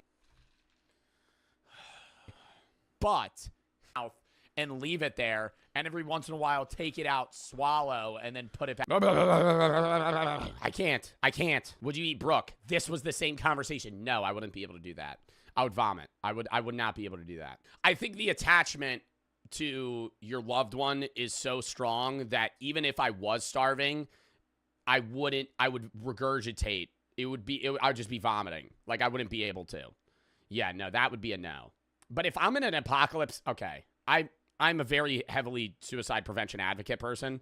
If I'm in an apocalypse and me and Brooke are starving and she dies, I'm probably just killing myself. In an apocalypse, right, where like everyone else is already dead and now I'm literally the last person alive and there's zombies everywhere or some shit, like that's like, at that point you're not returning back to society. That's different. It's not like, oh, you're in the modern United States and you have a loved one die and it's like that. Yeah, no, you should never commit suicide because it's like you still have a support system and friends and family, or even if you don't, you're in a society, right? But if it's like you're in an apocalypse and everyone's dead, yeah, no. Oh, I thought that was cocaine. Oh my God, I was getting so excited. Oh, I forgot about that. Bro, but like, do like kids actually watch this shit? Like, how old is the average kid watching Skibbity toilet videos? Like, okay, Chat, be honest here. Do any of you unironically watch Skibbity Toilet? I'm gonna assume no. I know there are people that say there's like an actual plot of Skibbity Toilet and it's like an actual show or series. And it's like, if you go from start to finish, it's not that bad. But I feel like it is. Imagine being the guy that made Skibbity Toilet, though. Like, that dude's rolling in it. Are we fucking around right now? Are we fucking around right now? Doing a FIFA draft, but all of your players have zero chemistry, and your best player you pull is a 79 center mid. You're never gonna win that match. It's ruined from the start, okay? It's like spawning in a Simon from the Chipmunks. Everybody hates him. Nobody wants to be that mother. Yo, really, though, fuck Simon. I could buy every house that you guys live in. I could buy every home, every car, every piece of clothing you own. I could own your families. Kill him. Kill him.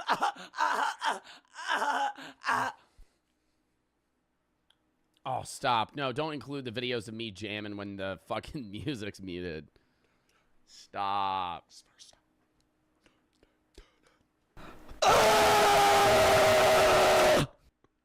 Just take a step back. Oh, dude, don't do another music video. Stop. Oh, see, I should have played the Dave Blunt's Can't Put Down the Cup song with that. All right, next one. Sing it, Edward!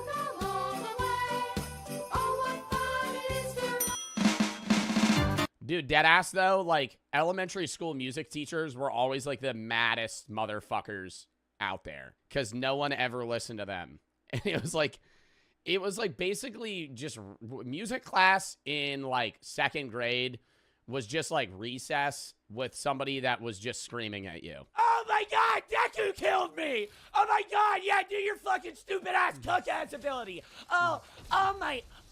Bro, this was like 2 days ago. This was, yo, y'all are like quick with these fucking like clip compilation things. This was like literally the other day. Full cowling of Yo, he was a pussy though. He literally would not leave me alone in that game. full cowling. Full cowling. Oh my god, bro.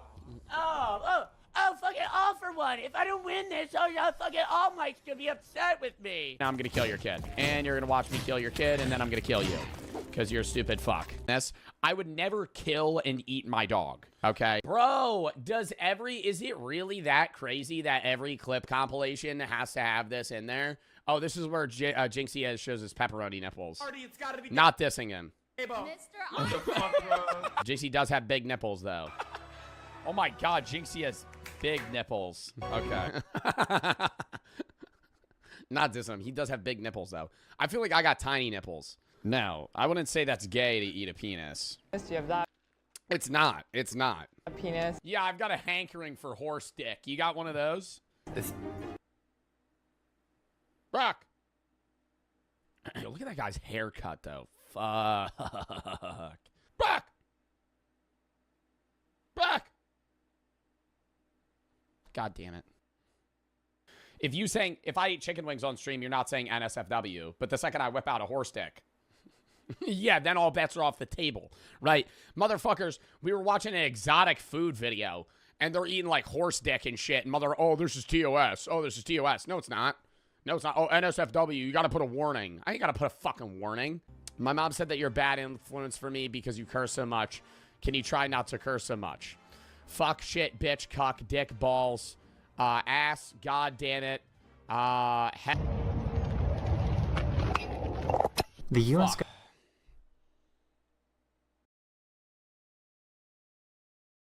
Bro, like, those videos get me every time, though.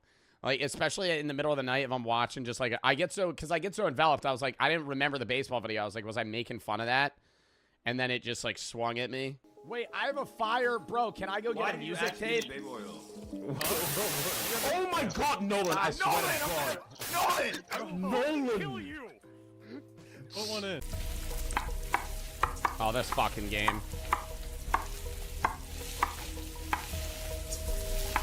Dude, I was Jesus really... Christ, I'm... Why do you want me one box? Why do you want me money for box bells, bro? I'll fucking box. I'll box you. I'll box the fuck out of you. I'll fucking box. I'll box you like a fish. Yo, that's some of y'all though. That's some of y'all though. Whenever I'm playing Fortnite. Oh, you're so trash. I know you want me $500 right now. I will earn easy money, and it's like taking candy from a baby. And then you lose, and then it's gonna be one of those fucking speed clips. Oh, I need this. Then don't bet the money. Box you up like a fucking fish, dude. I'll be like Peter Bot in that bitch. You're not like Peter. Oh, but he didn't know we were in Dusseldorf.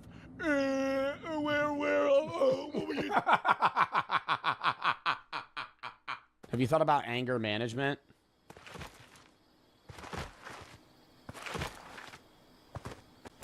I wish you just forgot how to type on a keyboard. Like, I wish that skill just like disappeared from your body.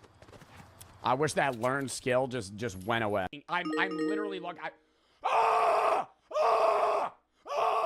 dude, that actually was annoying as fuck. Oh my god, when you guys wanted to stop fucking spamming me with friend requests on GeoGuessr, and I was trying to do a fucking sponsor. Is it me too. or our... That was so annoying. I was trying to fucking do a sponsor. Motherfucker, I just hear ding, ding, ding, ding, ding, ding, ding, ding, ding, ding, ding, and I'm trying to intro the fucking challenge, and it's just actually just spam. All right. Last short video, then we're getting into the long one.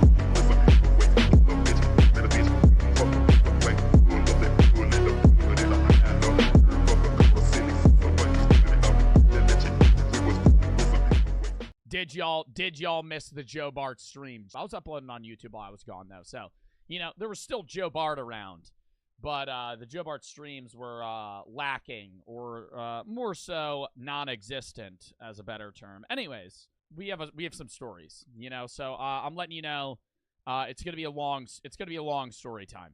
Okay, from my absence to now, I have a few stories that I'm going to be telling.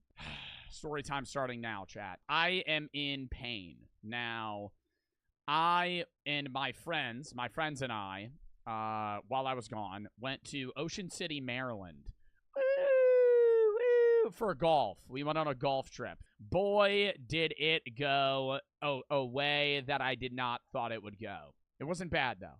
Okay? Let me just show you something, and then we'll transition into the story, okay? Now, I'm going to put a trigger warning here because it's fucking disgusting. Ready? 5, 4, 3, 2. Now, these are all over my legs. All over my legs. Like every aspect of my body is covered in chiggers. If you don't know what those are, it's like a type of bug. That it like digs into your skin, or it might be bed bugs. We don't know because we stayed at the fucking trap house. It was insane, dude. It looks like I have scabies, and they're all over me, It's I'm constantly itchy. They're on my toes, dude. Okay, they're on my toes. Anyways, we go to Ocean City, Maryland. We drive there, right? Because why the fuck would we not drive there? We have a tea time before we check into our Airbnb. Now, we get there nice and smooth, no problems at all. Pull up, and we go golfing, you know? And I do fucking terrible. I do fucking dog shit, right? I suck at golf. I just started golfing this summer. I've been golfing 4 times. And we went to a $95 tee time course in Maryland. I was shooting over marsh and water, and I lost every ball I had. I shot a 126. That's a lie. I shot a 121 first day. That's really bad. And that's with mulligans, right? That's me giving myself strokes. That's me enabling myself to re-tee and hit if I do bad. Next day was even worse. Anyways. We got to go in order of the story. First day golfing, not that crazy. We go, and then we go to dinner that night, right? And the first night, we said we're going to do a fancy dinner because that's the night we're going to be sober going into the fancy dinner. So we might as well, you know, have that night be the special night. We pull up to this wine bar called Spain Wine Bar. You can fucking Google it. Beautiful restaurant. We go, and there's 12 of us So we sit at a table, and we immediately hit the waitress with, can we split checks? And she stares at us like, because she's going to have to keep track of every single thing that we order. She goes, no, says we can't split checks. And we could split, she split it like four or five ways. So it's like, whatever, you know. Anyways, we start ordering food. And my first friend orders a bottle of wine. And she brings out it for him to taste. And he takes 4 minutes for him to fucking try the wine. And he's like, yeah, this is good. She goes, just one bottle? And he goes, yeah. And she starts walking away. And we're all sitting there and we go, hold up. And she's like, oh, that was just for him? And we're like, yeah. So we all each order our own bottle of wine. I order a bottle of Chardonnay. And I chug that bitch before dinner's over. Finish it. Finish the bottle. Everybody's just drinking their own wine. My friend orders this expensive-ass bottle of red wine, slams like 3 glasses before the food even comes out, and then goes, I need to go to the bathroom. Disappears. Comes back. I'm like, were you throwing up? He's like, no, I just had to stand under the AC for like 5 minutes. I thought I was going to pass out. I went, oh my God, are you okay? And he was like, yeah, I'm fine. Anyways, we get dinner there. Really nice. You get a bunch of small dishes. They're called tapas. It's basically like small entrees. It's like the in-between between an appetizer and an entree, so you order a bunch of them. And so we all get wine. We go back to the Airbnb. We check into the Airbnb. Or actually, we check into the Airbnb, then we go to dinner, then we go back to the Airbnb. Then we go out. And we're like, let's go to a fucking karaoke bar. Because we all are a bottle of wine in, and some people that didn't order wine are like, 3 or 4 drinks in. So we're like, let's go to a karaoke bar. We pull up. I walk in, and 3 of my friends can't get into the bar because they don't take vertical IDs in basically every bar in Ocean City, Maryland, and they have vertical IDs because they think vertical IDs are fake. So the bouncer's like, you're not getting in. And I'm like, yo, that's actually fucking crazy. And I just walk out and Uber back. Just start slamming shots. We start playing drinking games, right? So like three or 4 of the guys stay at the karaoke bar. I go back with the guys that couldn't get in because I was like, I feel bad for that. I'm not going to ditch them. So I hang out with them, and we start playing Pong on our porch, which is right next to the sidewalk. Now, if you don't know Ocean City, Maryland, it is trashy. Trashy. It is, everyone's drunk. Every single person that walked by our house was fucking hammered. Past 9 p.m., every single person's hammered. And they're walking by us and seeing that we're playing Pong. So every single person that walks by us starts talking to us. And it was annoying, but also fascinating. It was like playing IRL Sims. Like, every person that walked by me was unique. I shotgunned with a crackhead. Not, like, no joke. I don't know for sure, but he told me he was 30, and he kind of had that skin. He had no teeth, and he was like, come on, man, let's do chorus. And I was like, bro, this guy needs to leave. And so I go shotgun with him, and then he fucking leaves. And I'm like, dude, thank God. He told me he was 30 years old. He looks 70. Anyways, next, and this just keep in mind, I'm going to lump these in. This is over the course of a few nights, but I'm going to lump in the stories of the people that walked up to us all in one day, right? So this is not over this night. This is over the course of like 3 nights. The second night we're there, well, actually, the first night we're there, my friend lets random people into the Airbnb to go take a piss. And they just sit down on our couch and start talking to them. And I'm like, who the fuck? I come down, who the fuck are you guys? I walk into the Airbnb, random people are there. And he's like, dude, they had to pee. I don't give a fuck. Go piss in the road. Why are they in our house? Keep in mind, this Airbnb we're staying at is a fucking trap house. We had to bring our own sheets, towels, soaps, everything. They had it was beds with fucking bed bug covers. That was the only thing at that Airbnb. It was horrible. So it was fun though. Anyways, we never ordered food. We never got food for the Airbnb the entire time. We just fucking DoorDashed. I ate Burger King fucking 5 days. Not 5 days. 5 times in a fucking row. Anyways, we get our beds. He lets this guy come in and take a piss, and he won't fucking leave. And the same thing happened the day after with this guy that was really drunk and kept talking about how he had a gun. And I was like, is this supposed to be a threat? Because he's like laughing and he's also chill, but he's really drunk. He keeps bringing up how he has a gun. And I'm like, okay, you have a gun. Like, where are you going with this? Where are you going with this? He's like, yeah, I got one on me. I go, okay, right? And then he pulls out a wet cigarette and it's like flopping and he's trying to light it and his brother is like getting mad at him. Oh my God. I'm telling this so out of story. Chat, I know it sounds confusing. This is how it was for me. I'm not even explaining this poorly. This is what I was experiencing in that exact moment. All right, next time, two guys pull up. The drunk guy that kept talking about how he had a gun and his brother. They say they need to play Pong with us. I literally go, I don't want to play Pong with you. He's like, bro, please. And he starts going, bro, please don't kick my ass. And I'm like, I'm not going to fight you. I'm like, what do you mean? I'm not going to fight you. We're just playing Pong. And he goes, one game. And they just walk up on our porch. And I go, okay, whatever. They did not make a cup. They made 0 cups. Me and my friend demolished them. It was over before it even started. Mid-cup match, his wife calls him.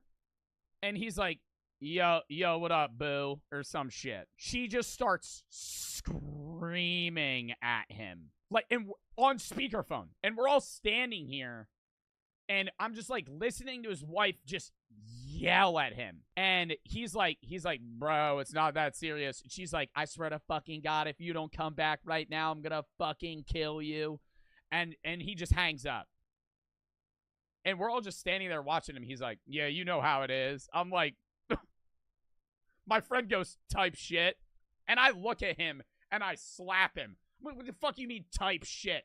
You understand what he's going through. He goes, yeah, type shit. I'm like, what the fuck? My friend just starts being a dumbass. He gets off the phone. They start shooting more. We're about halfway through the game, and other people start walking by. And every person that walks by, he either tries to flirt with or fight. And I immediately go, oh no, right? A woman walks by. 2 women walk by in a group. 25. He goes, hey, mommy. And I audibly go, oh my God. And he starts walking on the porch, following them. And they just ignore him. And I'm like, yo, number 1, I just heard you on the phone with your wife. Number 2, oh my God. Just catcalling women on our porch. On our porch. What if they come back? The next guy walks by. It's an old man. He asks if he has a wife he can fuck. At this point, my jaw is dropped. I don't know what I should say. And the old guy just starts shaking his head. I turn to my friend. I'm like, we're going to die tonight. I literally go, we're going to die tonight. So that old guy is going to come back with a gun and kill us because he thinks we're friends with him. My friend audibly screams, we're not associated with them. And then we get back to playing the game. We finish. And they go, one more. I go, nope. And I walk into the house and shut the door. Because they're not leaving. And my friend's still out there talking to them. My friend comes in, he's like, where'd you go? And I pull him to the side. I'm like, yo, get them to fucking leave. Get them to fucking leave. They're going to start a fight with somebody and we're going to be involved in it.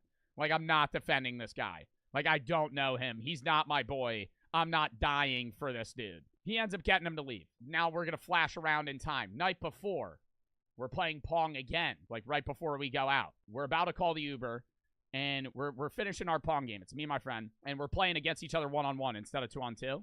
And these 2 girls walk up, and they go, can we play Pong? And my friend, who flirts with every single person in the world, immediately goes, yeah! And I go, no, again. I'm like, no. And they give me a nasty-ass look. They walk up to the porch and they go, and they give me a glance. And I'm like, you ain't playing on my team. You ain't playing on my team. Brother said, L, Joe, wait. They start playing, and they have drinks in their hands. One of them just goes, I'm upset. And my friend goes, why? And she goes, the bouncer took our fakes. I go, yup. And I walk inside and shut the door. And I'm like, I'm not dealing with that shit. Nope. Run. Fucking run out of there, dude. Walk inside. Nope. No, she's like, he took our fakes. No. Leaving there. They're like, yeah, we're 19. I'm like, yo, you have a drink in your hand? I'm not getting in trouble for this. Fuck off. Literally fuck off. I'm 22. I'm not going to be around you.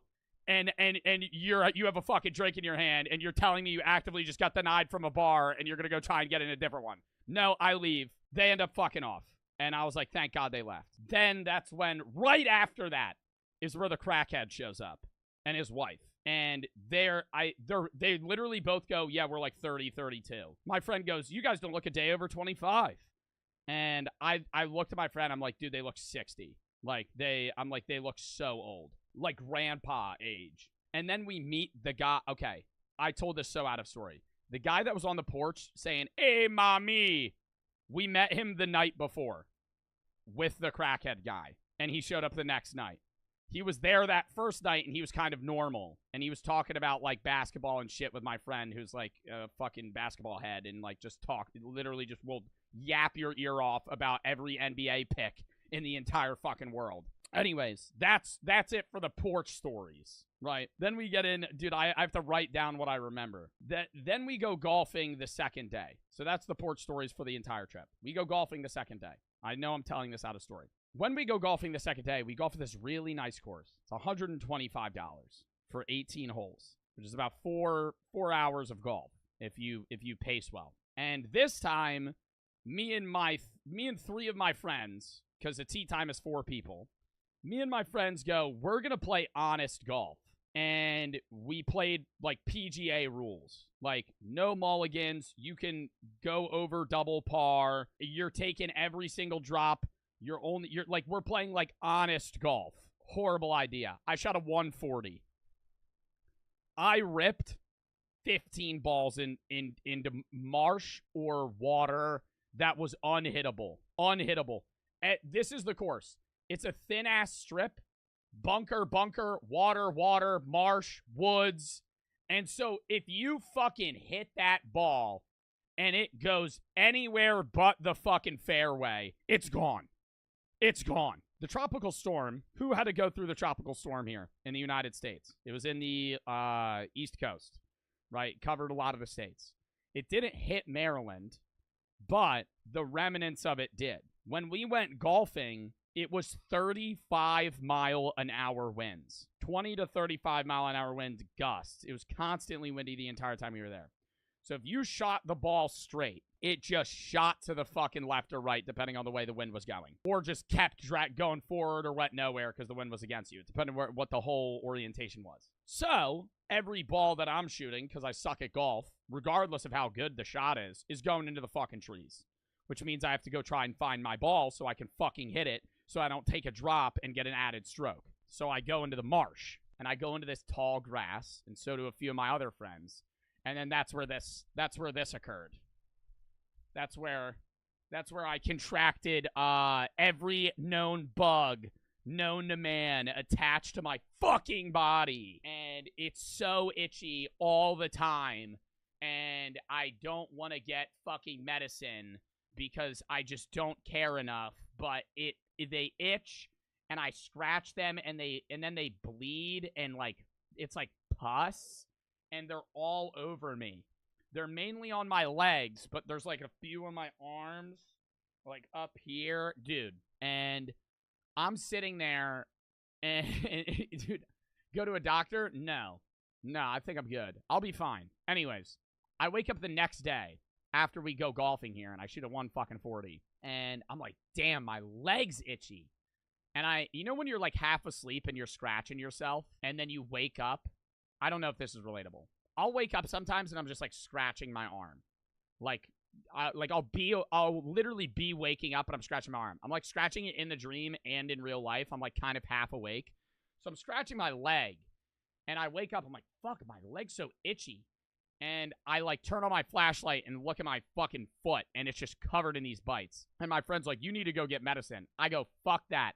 I grab a butter knife and we're just talking and I swear to God, with a butter knife, I'm just scratching my entire leg. And it felt so good. I hate being itchy, but scratching an itch is like, oh my God, amazing. And so I'm literally like scratching my whole body with a butter knife and like my legs and shit, and they start cutting open and shit, and I don't give a fuck because it's unbearably itchy. Like if any of the bug bites just like touch a surface, I just immediately have like oh my God, this is unbearably annoying sensation. Dude, it's the worst right here. Look, hold up. Last time I'm gonna show him. Look. On my ankle, dude, you see all of them? It's fucking terrible, dude. It's terrible. And they're everywhere. Anyways, I start scratching them. It goes away. They go in phases. So, like, it won't itch for, like, 6 hours, and it'll itch really bad. And I don't think the bugs are inside of me anymore. But,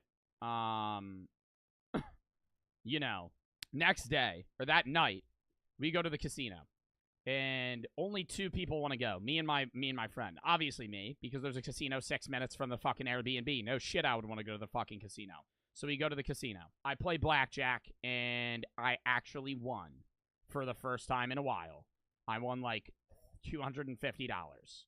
And then I wasted all of it on shots for my friends because I was drunk, and I got to the bar, and they were all there, and I went, let's get shots. And then I bought 12 fucking shots, and that was like $150. So, yeah. Anyways, we profited. It was a fun time. The drinks weren't free, which was astonishing for me. It's a fucking casino, and I had to pay $8 for a Surfside. We leave the casino. Both me and my friend are up. My friend's hammered. He drank like 6-7 drinks in the span of an hour. He's like, I need a cigarette. I go, okay, well, the Uber's here in 6 minutes. I don't know where you're going to get a cigarette. He starts walking up to the people outside and going, do you have a cigarette? Like that. Do you have a cigarette that I could borrow? He would say borrow. He would say borrow to every person. And I'm like, borrow it? Like, you're not going to return it. Like, you're gonna smoke it and then it's gone. Like, what do you mean borrow a cigarette? So he'd go, he walks up to this one guy that's sitting down actively smoking a cigarette. Because if you're at a casino, everybody's fucking smoking cigarettes. So he walks up to the guy. He goes, do you have a cigarette I could borrow? And the guy goes, it's my last one, man. And he goes, really? It's your last one? And he starts pressing the guy. Like he's lying. He's like, it's your last cigarette. It's your last one. You don't have any more. And he goes, no, I don't have any more. He goes, okay. And then walks away and like rolls his eyes. I'm like, you gotta be fucking kidding me. Walks up to this old woman that just, you could tell she's just been ripping cigs since she was like 19, you know. She's probably like 50. He goes, can I borrow a cigarette? And she goes, well, you can't borrow it because you're not going to give it back. And he goes, well, I'd give you a quarter.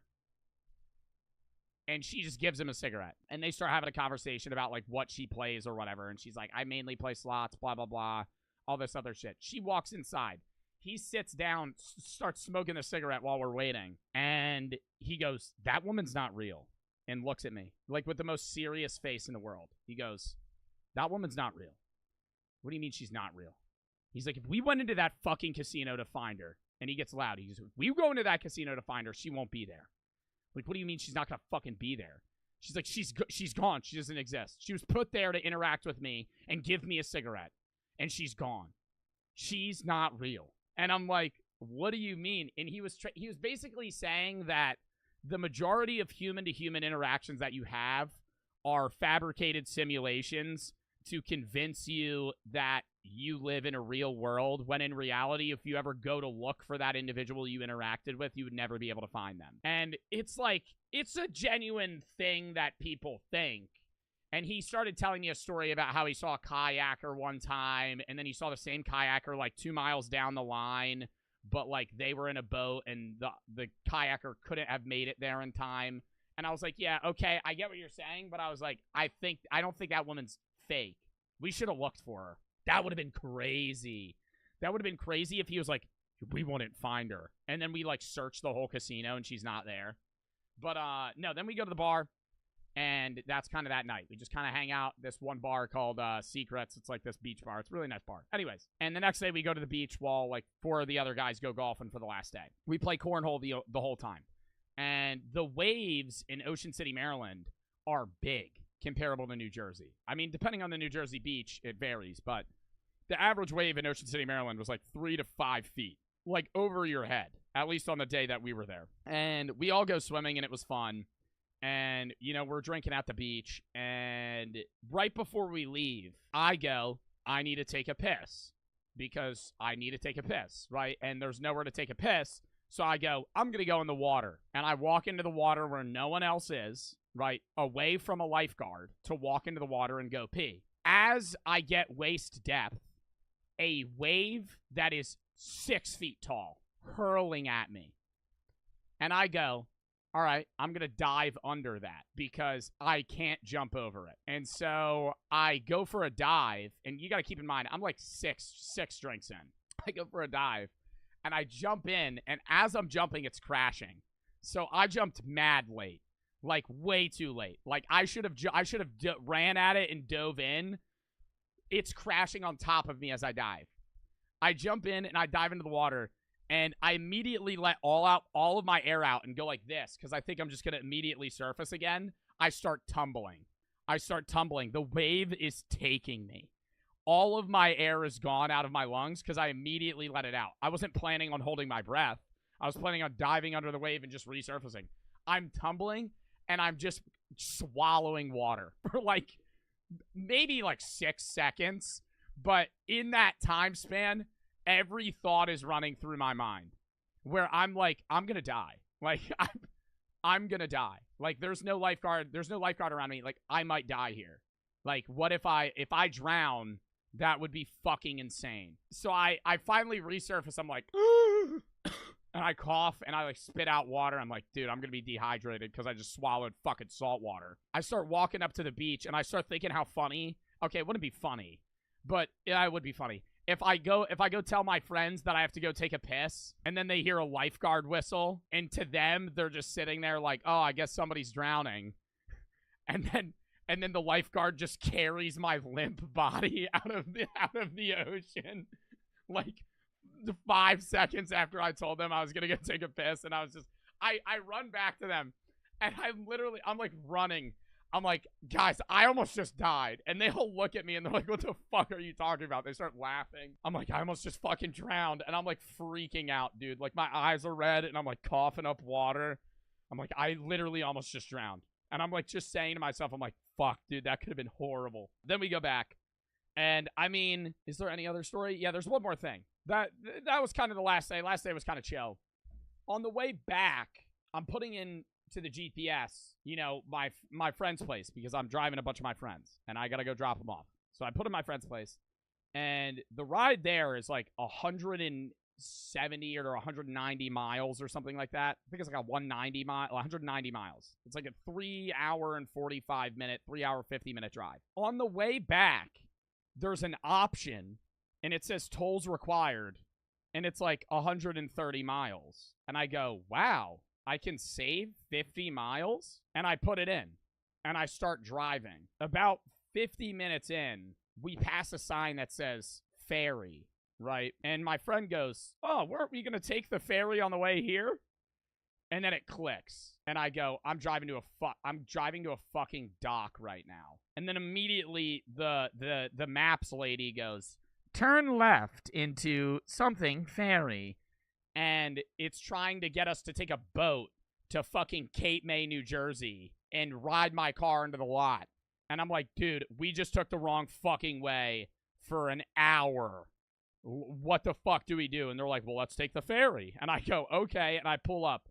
I'm like, 1 ticket for the ferry. I don't say that. I give him my ID because he's like, ID? And he goes, you don't have a reservation. I'm like, I need a reservation. And he goes, oh, yeah. He goes, I could get you in for the 3 p.m. time. I'm like, buddy, that's in like 2 hours. He's like, well, that's all I have. I go, never mind. And then we drive 4 hours home. And so I drove like 5.5 hours that day because my dumb ass drove the wrong fucking way because I didn't check that it was trying to take me into the ocean back to fucking New Jersey instead of driving all the way around fucking Philadelphia. So that was a shit show. Well, that's the story time, chat. It was only technically actually like a 3-day break. Yesterday was just a travel day. So not that much happened, but I hope y'all enjoyed the story. Now it is time for reaction.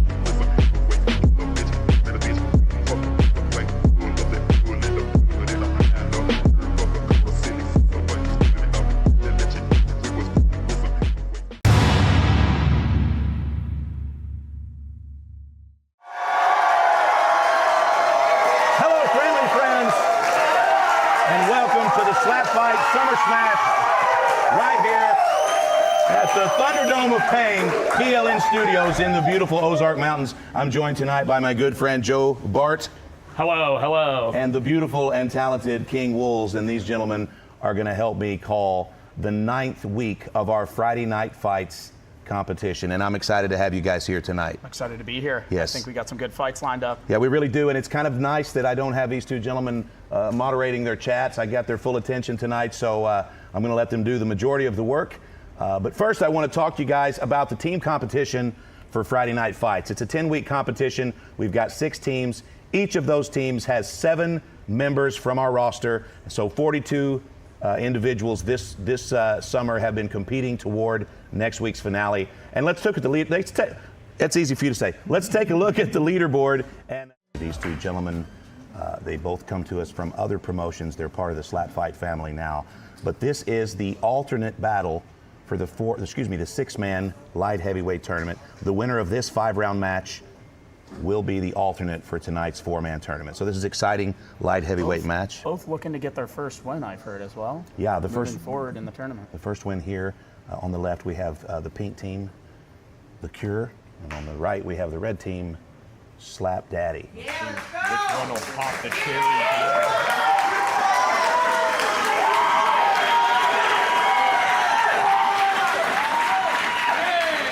All right, Slap Daddy wins the coin toss. He will slap first.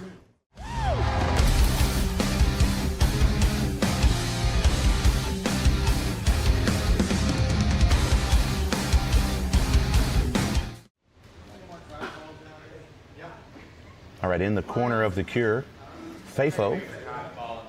And in the corner of Slap Daddy, lightweight champion Raven. So 2 very skilled cornermen here, but this is mano a mano, and these 2 gentlemen are sharing a bit of cotton before the match.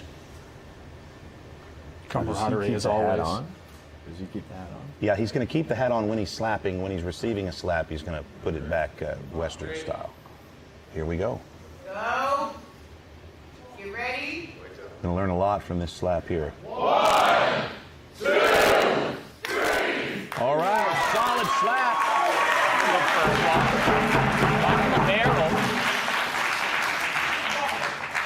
All right, The Cure eats that one, and now there's 60 seconds to regain his composure, Joe, and step back to the barrel, but it looks like he's okay. Pretty skin, The Cure. I feel like he ate that very well. Yeah, it was a good slap, but I mean, he didn't even seem to react. No, he's definitely in the zone. He's made some lifestyle changes recently, and he really looks fantastic. And a great mustache, too. Look at the mustache. Great beard in general. Yeah, he's really talented with the hair. 1, 2, 3. Oh! And Slap Daddy goes down! He's okay, though. All right. 60 seconds to recover. Wow.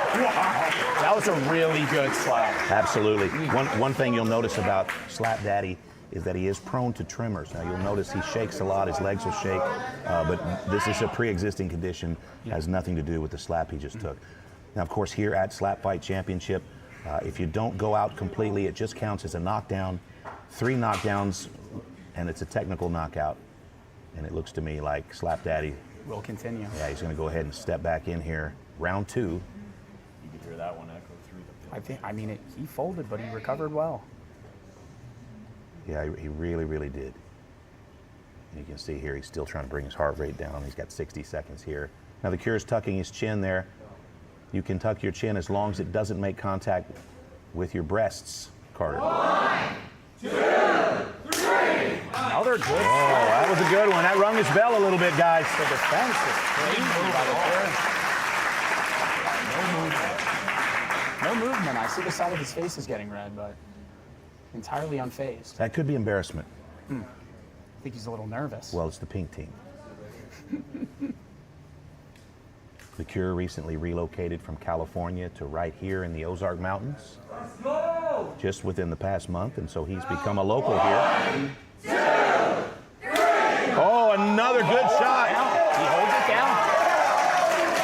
And Daddy, that's what you get for leaving that on. It's actually inappropriate to laugh at that stuff. All right, so John ate that, stayed in the pocket, and have a quick conversation with our lead official, Kyron Bowen. And it looks like we've got a match here, boys. This is a 5-round match. We are at the top of round 3. Taking time to recover, drink some water. Much needed time. John's a professional, slap daddy rather, and he's going to milk every second of the clock here, make sure he can get his heart rate down and step back fresh. You think he's doing that so he could get more power in his slap, or so he recovers for the next time he gets hit? It's hard to say. At a certain point, these guys get to where they're really good at masking what's really happening. Yeah. He could be recovering because his bell is rung, and he also could just be, trying to get some camera time. 1, 2, 3. All right, another solid slap All solid slap. from Slap Daddy, just not making much of a dent here. Good contact, not enough power. He's eating these slaps. I see the tan line on the back of the Cure's head. He must wear a lot of hats. Yeah, either that or it's just something he's doing just to try to start some new trends, because it's kind of a cool look, really. Yeah. I mean, if you look at the Cure from the side, it kind of looks like the guy from the magnet drawing of the man that you got to move around the little metal. Oh, now look at this. Flipping the brim of the bucket hat here. Stylize him for this slap. Let's see if he can take it. All right, he takes it. What he holds. He's going to stay right at the barrel. With a smile there, too. I tell you what, guys, I really wish the first 2 fighters on tonight's card were more attractive, but it's not a bad fight. Once again, the cotton ball in the competitor's ear is there to diffuse the air and protect the eardrum. It's not to keep them from hearing it coming.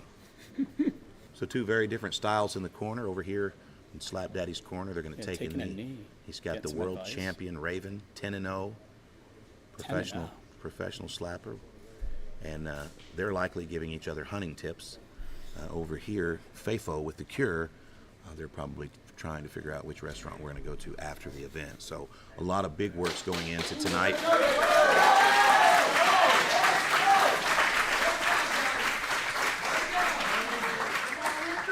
All right, we're in round 4. And here's your windup. 1, 2, 3. Oh, and that was a little bit high. A little bit high, but And I it looks still like think it held that power. Yeah, it did have some power, but it looks like our lead official is going to call a warning here for clubbing. So that's going to be 1 warning for clubbing. If he clubs again, he will lose a turn and probably publicly shamed. Our lead official, Kyron Bowen, very, very good jiu-jitsu practitioner. He's a professional mixed martial artist, but he has officiated more slap matches than any man on the planet, and he is the expert. So he's just going to go over here and say, look, I like chilies, but also barbecue sounds good. All right, so these guys are just kind of clearing their minds here. And I think they're talking about that Red Lobster seafood boil that just recently got released. If you want to talk about that, I've actually done a little bit of reading. No, I've done some reading about it, and it does seem like I do want it inside of me. Hey, look, only a 12-minute break, and we're back. Bottom of round 4, the pink guy caressing the face of the hat guy. And here we go. 1, 2, 3. Oh, good shot, and he goes down.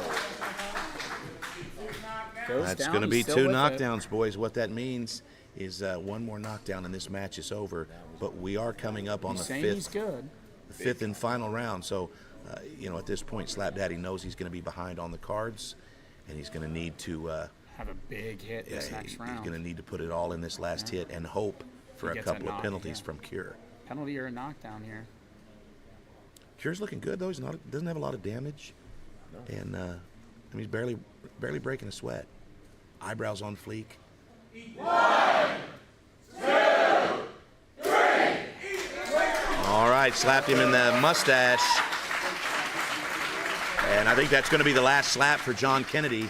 Now he's going to have to eat one more slap here from Cure, and that's going to be our alternate match for the 6-man light heavyweight championship tournament on ice. Spectacular. If you take a look at the audience tonight, a lot of odd-looking people in the crowd. We don't, when they sign up,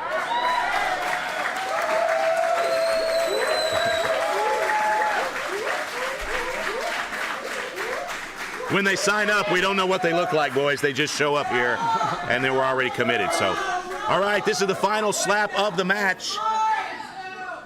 Here we go. 1, 2, 3. Oh! There he goes down. Third knockdown. Wow, that's going to be a TKO victory for the Cure. That's going to secure 5 points for the pink team, and it looks like Slap Daddy's just going to have to live to slap another day.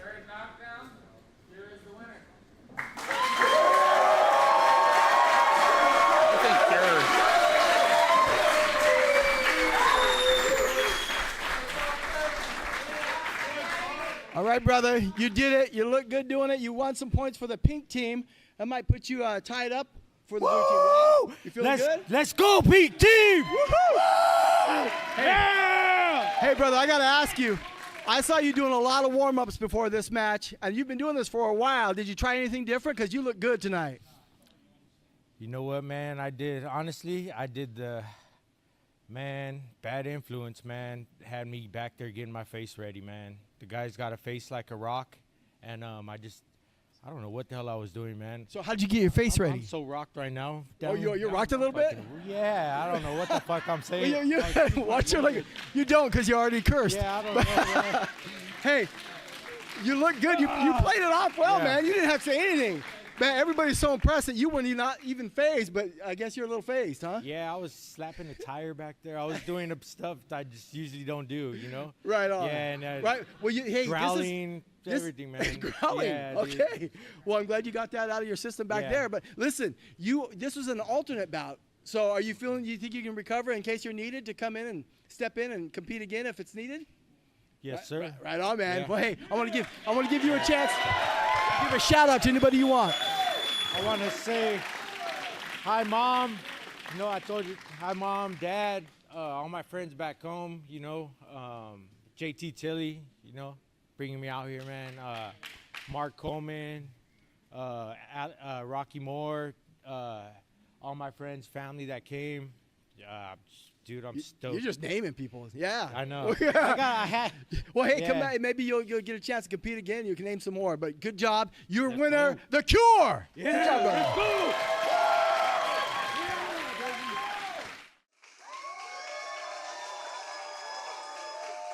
Slap Daddy, how you feeling right now? You okay? Yeah, I'm feeling good. Loss and loss, but it is what it is. Didn't go as you planned, but he came out hitting hard, and you were accurate. But what do you think about the fight?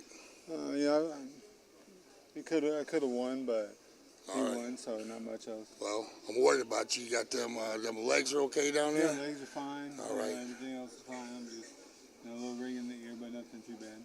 We'll get back in there, work hard, and maybe we'll see you again. I appreciate you, Mark.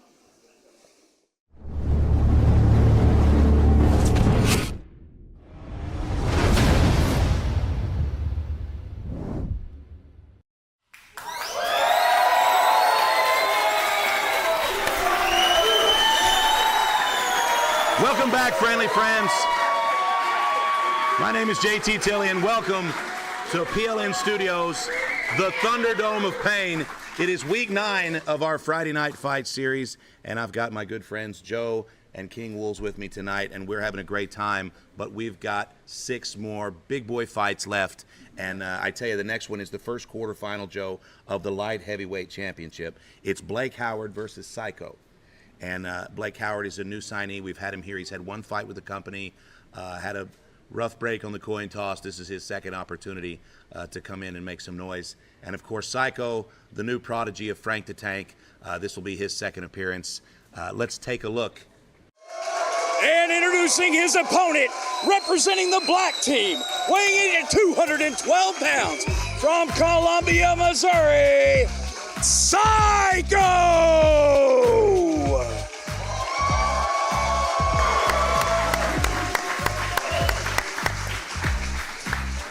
All right, there he is. That's the prize pupil of Frank the Tank.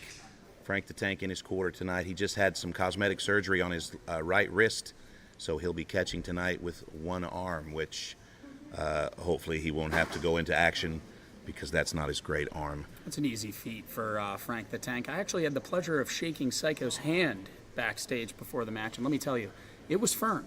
Yes, yes. His hands are really hard, too. Like he puts dog medicine on them. Is that right? That's interesting. I actually shook Blake Howard's hand early, and it sounded like, it felt like he was holding, he handed me a dead bird, actually. Yeah. Like a 3-week-old dead bird. Yeah, I don't know if the age was really important, Joe. Oh, you know, the consistency changes. Yeah, once the bird is dead, I mean, really, what does it matter? So on the left, Frank the Tank and Psycho. Psycho representing the black team. The black team, ladies and gentlemen, is here to steal points from all the other teams. That's right.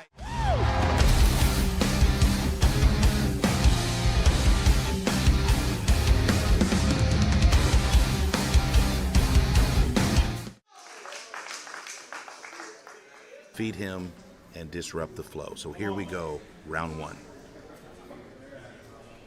Blake must be happy to get the first slap here, seeing he didn't last. He's really been working on his coin tosses, Joe. Oh, and it's a big shot from Blake Howard.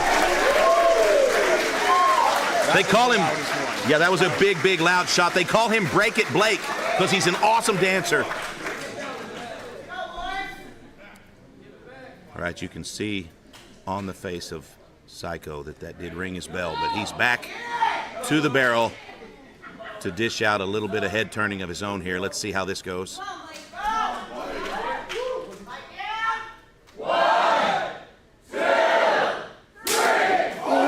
a big shot! And Blake Howard eats it! Wow! He lives for this. That was no problem for him taking that slap. He's talking to Fafo right now. Fantastic. Yeah, that was a big, big shot, and he eats it. And we're going to move into round two. Keep in mind, this is only 5-round schedule fight. The winner of this fight will move to the finals at the end of the broadcast. Blake Howard looking fantastic. Psycho looking feral. I mean, what a perfect line on that haircut as well. Do you see that? Yeah, it's really fantastic. I think it's natural, to be honest. Frank the Tank looking like a character from Lord of the Rings. Psycho kind of looks like he could be a part of Harry Potter. I've often thought that Fafo and Psycho look like a before and after. 1, 2, 3. Oh, a little bit of a club there. Let's see if it gets called. You know, sometimes you can hear the clubs. You know, sometimes yeah, I heard the slaps. that. The slaps are pretty recognizable, but if it's a club, it does sometimes feel like a punch. Yeah, it does look like it slipped under his chin. A little bit. I think I think he closed had his hand slightly near the end there. Maybe so. Yeah. Maybe so. Maybe so. But Psycho's back in the game here. Here we go. Round two. And Blake Howard goes down, but he is not out. Ooh. You can see here he's just looking around the room. He's thinking, what are these people doing in my car? All right, our medic's going to take a look at him here. All right, this doesn't look good, boys. Blake's eyes are open. He looks somewhat docile. All right, they're going to call it, boys. And it's called. That's going to be a second-round knockout for Team Tank's Psycho. Wow.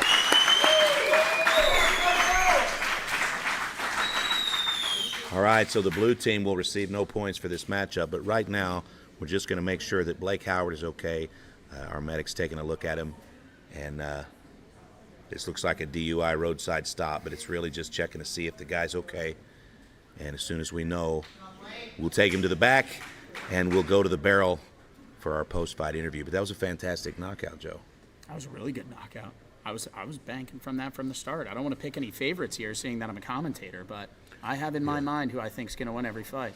Well, I tell you what, I saw some good give and take in this fight. It was a fun fight to watch, but in the end, we know Psycho has a lot of power. We watch Psycho. Firm hands, dog medicine. Dog medicine. I don't know the reference, but I'm going to go with it. Got up on his own.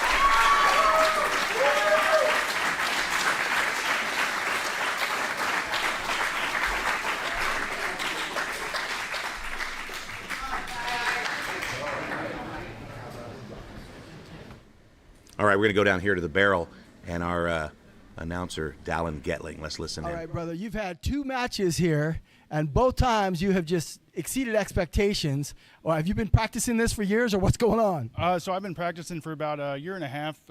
Yeah, look, whenever I met Frank, he asked me, I was like, yeah, let's do this. I had some stuff coming up, so I wasn't able to join and start competing. But I take this serious. I train every weekend. I trained this morning just to be prepared for tonight, so this is a series for me. Well, it shows, man. Now that explains a few things, and obviously you're working with Frank, one of the best in the business, so that's a leg up. I didn't know you've been doing it for that long, but it shows you can take the hit too. So has Frank been practicing hitting you as well? No, I won't let him. Right on, man. Well, you look pretty good. You're going to move on. You're going to fight for the belt, and you didn't look like it. I mean, when he hit you, it looked like it was damage. I don't see any damage. You feeling good? Yeah, I mean, I can feel a little bit, but I'm good. I'm good to go. Right on, man. Okay, well, anybody you want to give a shout-out to? Yeah, my mom. She's my biggest supporter. She don't want me to do it, but she's still right there next to me. Right. My son, he's 3, but yeah. He's still a supporter. Yeah, he's definitely a supporter. He knows what Daddy does. Right, what's his name? Jeremiah. Jeremiah the second. Yeah. Right on, brother. Well, congratulations to both Jeremiahs. Go get yourself ready, recover a little bit, and we'll see you in a little bit. Thank you. All right. Your winner, Psycho!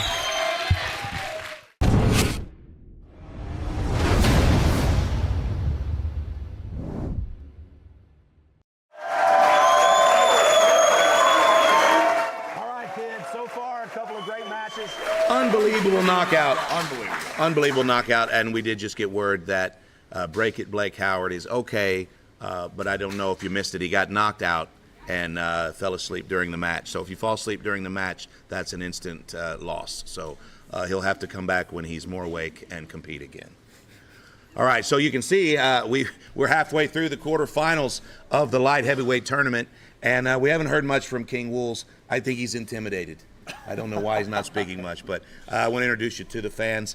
This is King Wools. You can watch him on Twitch. You can watch him on YouTube, and you can actually watch him anywhere. Just find him. But King Wools became a good friend of our company back in the days of Slap Mountain, as did Joe. Slap Mountain was a show that we created back in 2019, I believe, and it really had nothing to do with our company. It was some stuff we found on the internet, and we decided to take it over for ourselves and fashion it into a found footage reality TV show, and the world went crazy. 139 million views, and the entire world thought it was a real show. The truth is it was not, but it's how we became acquainted, we became friends. Yeah. And I've actually got a clip, Joe. You have a clip? Will, roll the clip. We're reacting to Slap Mountain today. It's reaction day today. Hello, folks, and welcome back to Slap Mountain. Dude, look at the ring. The ring is barbed wire. Dude. What are they, mud wrestling in a kiddie pool? This is the most southern I have ever seen. We're going to get started with our first competitor. It's Big James Mayhem. What is that haircut? Cause I'm Cherry. Nice announcement. Bruce Buffer, bro, he's coming for it. Ooh, that was the first time James broke character. You see that? He said slap him like when you're mad at me at home. What? He's talking about Big James, Jeff. What? This just taps his ear no matter what. Oh my God, he's annoying. And I have to say, this is a little bit of an inappropriate earlobe fondle. What are these descriptions? I would go to this. I don't even care if they're professional. I would go to watch that solo cup fight. Hardcore hillbilly, more like hardcore Disney. I'm gonna smack the fucking taste out of his. Yo! What is that? What are you taking a back there? Okay, that kills me in the ring. I'll say that right now. Okay, you need to brace yourselves then because James doesn't play and there. Oh my God, that was a leg up. It's the Mike Tyson of Slap Mountain. Oh! Big James goes down. We have a knockout, gentlemen. Down. We have a knockout, ladies and gentlemen. Round 2? What the was that? Unbelievable performance, ladies and gentlemen. This. He's raising the belt for 2 people. You're not playing slaps like. You're not playing slaps like in middle school where you just start. It's not slap boxing, you idiot. Probably my new favorite series on YouTube. New favorite. That's crazy. This is the most weird. So that was Slap Mountain. We did 9 episodes of Slap Mountain. It went viral all over the world. It was such a fun summer, and then Slap Mountain was no more. We tried to do a second season, but the second season, we decided it wasn't in the best interest of the sport. So I reached out to these guys because, the worst thing for me was if it took off and then everyone thought that's what the sport of slapping was about. So I begged. I remember I called you and I was like, please just watch some real slapping. Please watch some real stuff, and you guys did, and I have a clip. And then we evolved, and the sport moved a little bit further. Take a look.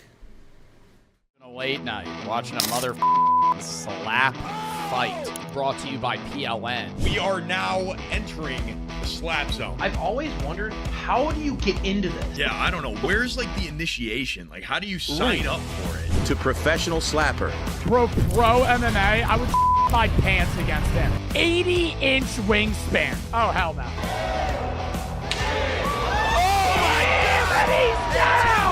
Oh, this is lit. What the? Oh my God! Oh! He's asleep. He's actually sleeping. What is she thinking right now? That's where they're staying? Oh, wow. They're holding this, like, in the center room of their house. Slugging it out right now. I think I could have a pretty mean slap. Oh, my God. That sucks. Black Larry versus Concrete Finisher. That's a crazy name. Oh my God! That was one of the best slaps I've ever seen. Yeah, he giving him a little rub there. Look into his eyes, Larry. Oh my God! No! The Carpenter goes. I mean, he just passed out. He's getting a little wobbly. Put your back into it! Faithful is slapped. Oh, Jesus! I have a crazy feeling about this one. Oh!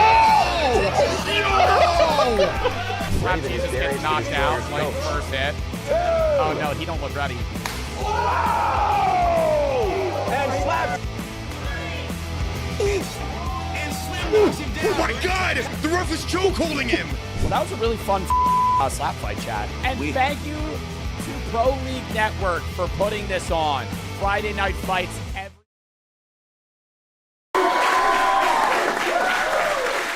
Okay, so that's the evolution of the sport of slapping with these two gentlemen beside me now. We were just killing a little bit of time, and I've got some news for you, the fans. Okie Savage, who's to compete in our next quarterfinal matchup. Okie Savage has not passed his physical. Apparently, he was at the Crick on Wednesday, and he hit one of those, what do you call them, slippery rocks. And he came in tonight with a big thing wrapped around his ankle, and he was going to try to compete, but the medic has decided that he has a fractured ankle, and so Okie Savage is, instead of a competition, he's just backstage slapping everything but the competitors. So he's pissed off, and he's not going to get the fight. We'll make sure you see more Okie Savage soon. Maybe we'll put out a calendar.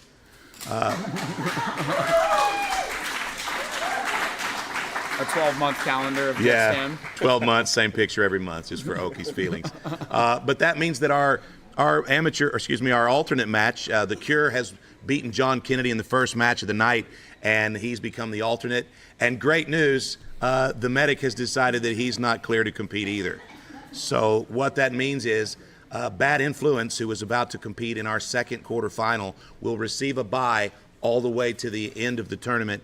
And the last match of the evening tonight, my friends, will be Bad Influence versus Psycho for the vacant Slap Fight World Light Heavyweight Championship. So a little bit of a lucky break for Bad Influence, and I'm sure that Psycho has plenty of time to recover. It's going to be a great firefight. But what that means is we're going to go to our next matchup, and I'm going to send you upstairs to the Space Cowboy, Jason Jones, to introduce the combatants.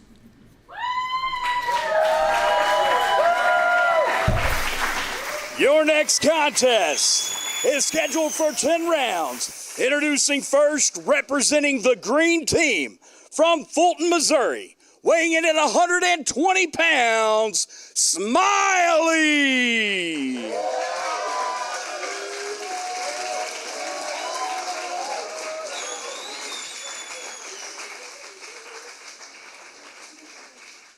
And introducing his opponent, representing the blue team from Fulton, Missouri, weighing in at 120 pounds, Mallet.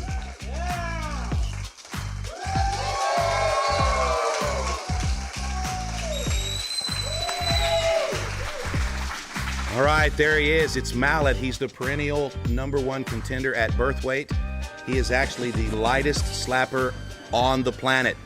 He started out at 112 pounds, the smallest in stature, but the biggest in attitude. And he can hear me, so I'll just stop there. On the left side, the blue team, Mallet. He just scored big for the blue team just a few weeks ago in Friday Night Fights. Did you watch the Ultimate Tire Wrestling episode, Carter? I did not see that. Well, you're dead to me then. Did you watch it, Joe? I also did. Yeah, well, I guess it's all me then. He delivered for the blue team, scored some big points, and now he's going to try to do that again as we near the end of the Friday Night Fights.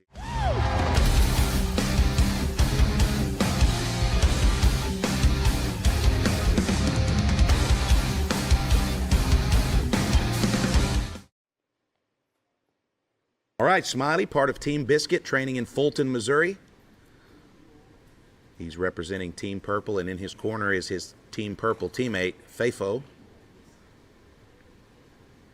Mallet with his actual coach, Frank the Tank, in his corner. Once again, both blue team. Here we go. Big windup. 2, 3. Oh! Wow! Whoa. Stuns Mallet, but Mallet refuses to go down. You can see in his eyes, man, he's definitely feeling that. His torso almost did a full 360 clockwise. I'll talk to you in a little bit. Go and do your job.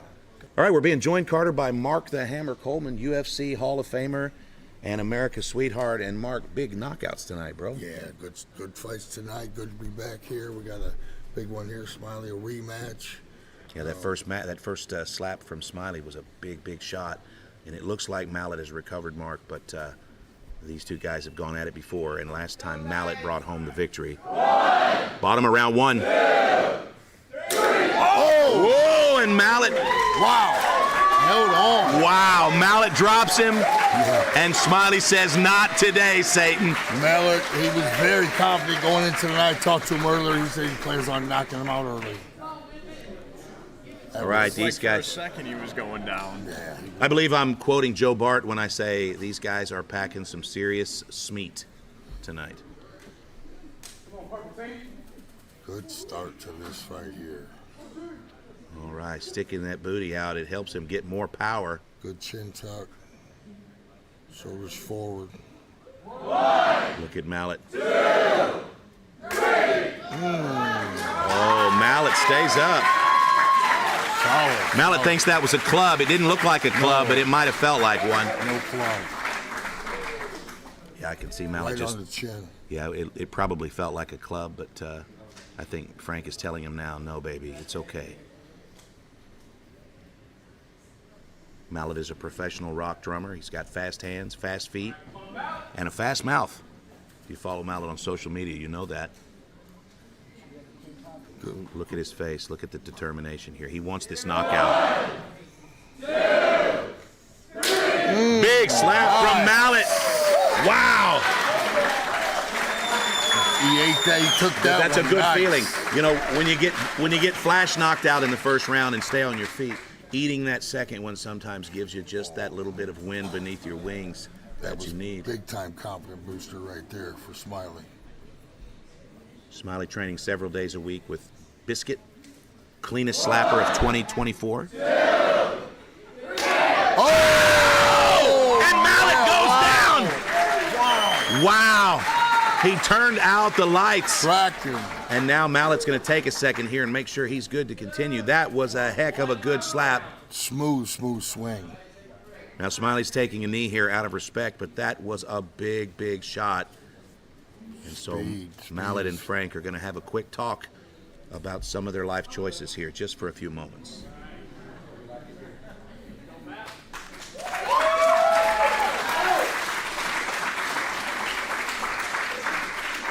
All right, he's up.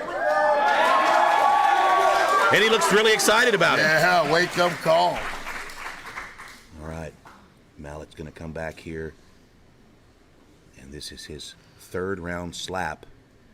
Looks like he's cleared the cobwebs here. Brought his chin up.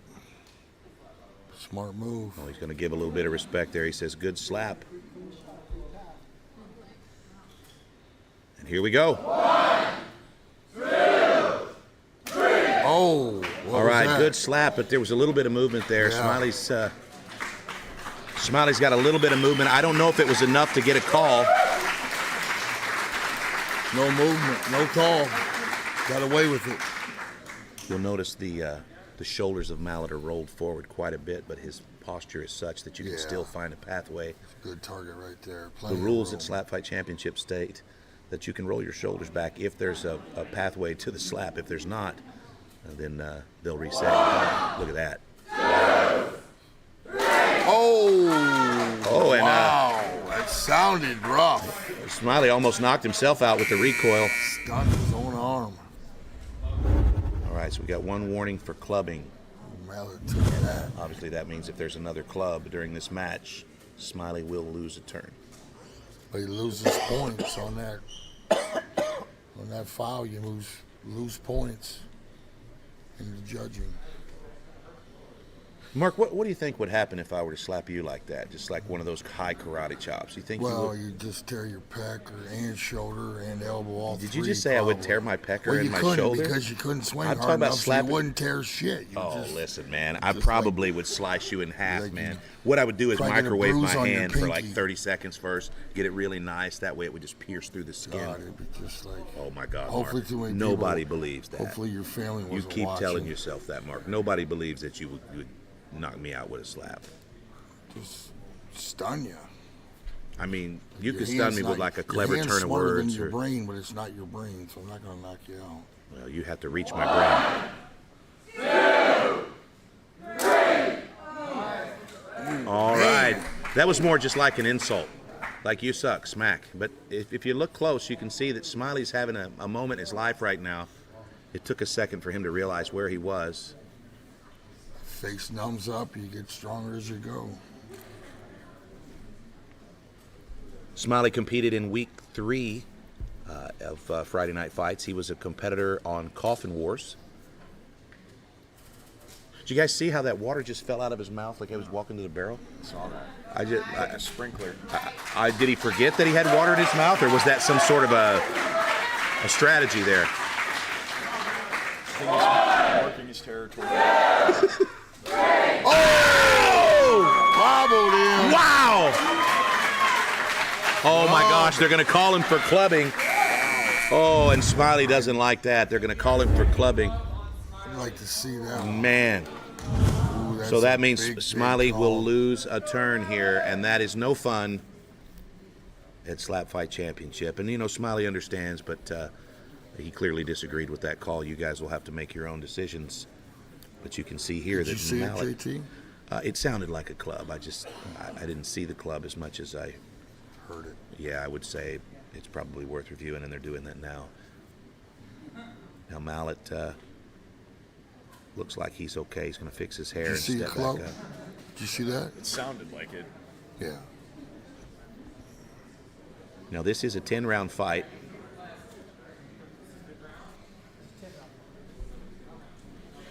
Okay, the lead official just clarifying with the line official. This is a 10-round fight. This is not a tournament fight. These two gentlemen combined weigh the right amount to be in the tournament, but they came in, one of them on the other's shoulder with a brief. Oh, little movement. Wow, that was crazy. I can't believe that slap got off. I was going to say, they came in earlier. One of them was wearing a trench coat sitting on the other one's shoulders, and they wanted to enter the light heavyweight tournament, but they didn't have their father here to sign the waiver. So instead, it's just this one. And right now, it looks like Mallet wants this KO. And he's going to get it. Oh, no! Wow! What a recovery. Smiley refusing to go down. Wow.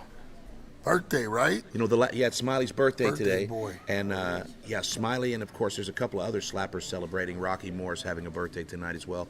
But in the last 2 or 3 matches, Smiley's had these serious slaps where he's been rocked, and he's almost gone down, but he's caught himself. And that's a new recovery for Smiley. We got to watch him. But right now, he looks like he's no worse for the wear. And look at the bubble butt on Smiley. Yeah, always. Everybody, look at Smiley. Look at that. He's been working on the back arch. There we go. Oh! Wow, look at Mallet. Good fight here. Mallet almost fell into the barrel, and he caught himself. These guys do not want to lose to each other, and they're pulling out all the stops. But this fight is about recovery. Don't get it twisted.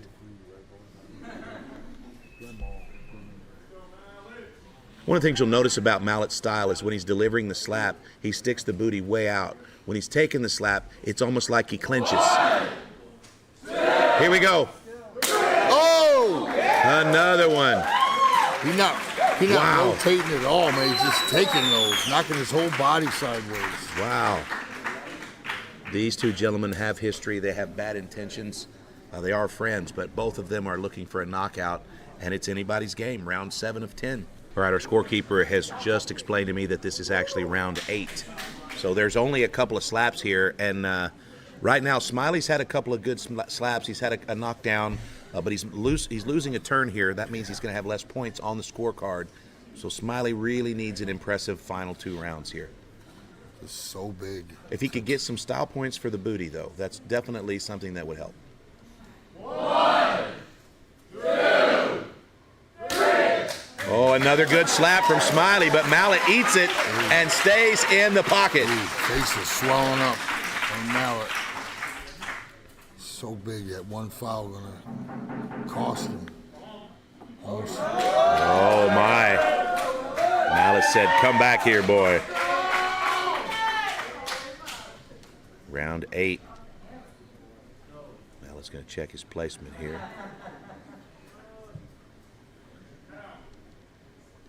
And here we go. 1, 2, 3.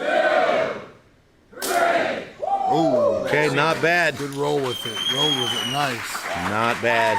So close, just minus the foul. These guys are slapping. Frank the Tank in the corner of Mallet, one of the greatest slappers of all time. Recently, Frank the Tank was chosen by the PLN randomizer to compete at Chest Chop, and he was faced with the World Chop Champion. Frank defeated him, and Frank is currently the World Chop Champion. So Frank the Tank, Chest Chop Champion, Slap Fight Champion. Look at that smirk on his face. All-around good guy. And, okay, we've just heard from Kyron Bowen. He's going to call the medic in to take a look at Smiley. And actually, Smiley just said to him, I think I've chewed a hole in my mouth. It's a weird way to phrase that. Like it slapped a hole in his mouth. Yeah, it feels like it had something to do with the slap. I don't know if he was just chewing on the inside of his mouth at the same time, or yeah, the medic is having a conversation with him. He says, stick this in your mouth and go to the back. So I think this might be the end of the match. Let's listen in here. Okay, so our medic is telling him, this won't disqualify you if you slap with this in your mouth. So you have a choice now to put this in your mouth or to give Mallet the win. And it looks like Smiley might be giving some thought to letting Mallet have this win. Now, to be clear, I haven't seen any blood come out of the mouth of Mallet. I've seen no blood. Let's go. Come on, Smiley. Let's go. Oh, no.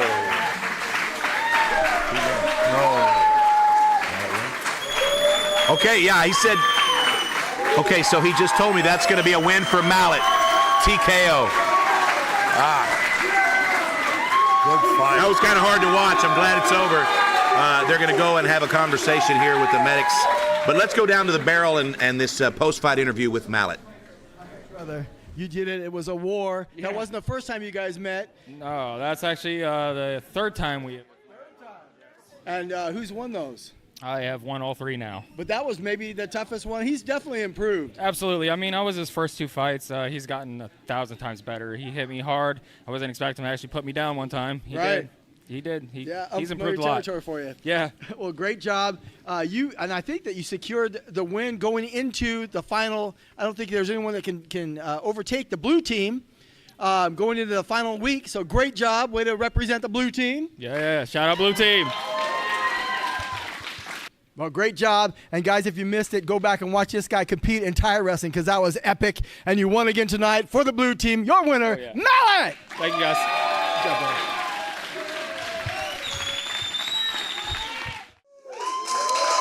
Hello, everybody. Joe Bart here with Smiley, our non-winner. Now, you both had some great slaps tonight. You were just telling me right before the your interview, this is your third time fighting him. And I really thought you had the edge there up until what happened. Could you explain to the audience what happened with your mouth? So eventually the edge of my mouthpiece started to wear a hole like hamburger in the side of my lip. And I kind of freaked out whenever I touched it with my tongue. I figured if I let him hit it again, it was going through.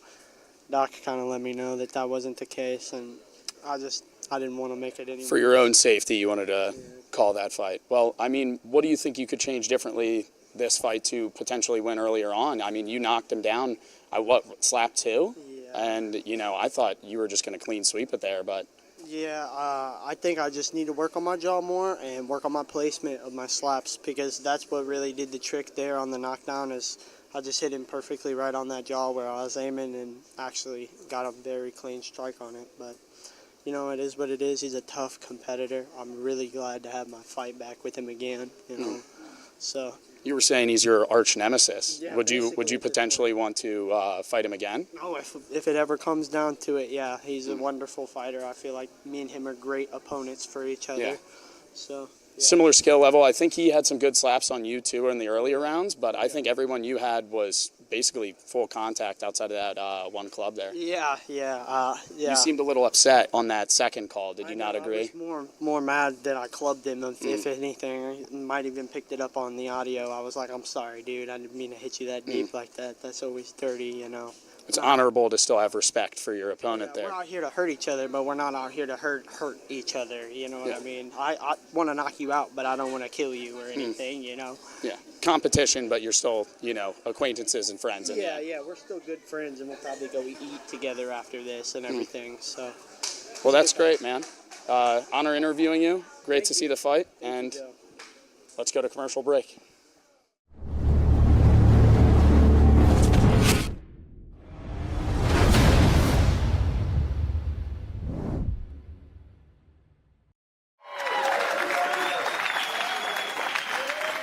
Well, friends, it's been a fantastic night so far. We've seen some fantastic battles.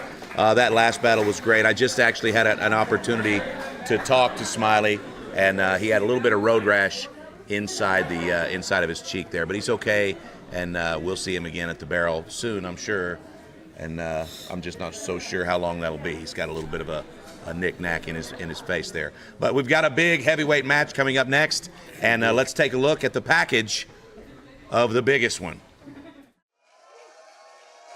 Introducing first, representing the red team, weighing in at 312 pounds, from Pine Top, Arizona, Young and Lavish. That's his name. He's making his rounds all over town, putting out old flames. huge size difference. There's a lot of experience here with Young and Lavish in the MMA ring, cage, but only one slap match so far. He's 0-1. The Fireman stepping up for his teammate, the Patriot, who was pulled away yesterday. The Fireman stepping up here. This is his first match. So very exciting things here can be expected. But again, they call him the Fireman. He is called the Fireman, King Wolves, because he works as a fireman. So I kind of feel like he phoned in the nickname. Okay, well, what's his martial arts background? Anything, JT? You know, I don't really know a lot about the Fireman. He came to us from it was our lightweight champion, Raven, found this guy. Okay. Brought him to me. He and the Patriot signed up last month. The Patriots had one match and was supposed to fight tonight, but when he had a work conflict, he called in the Fireman. The Fireman was very happy to oblige.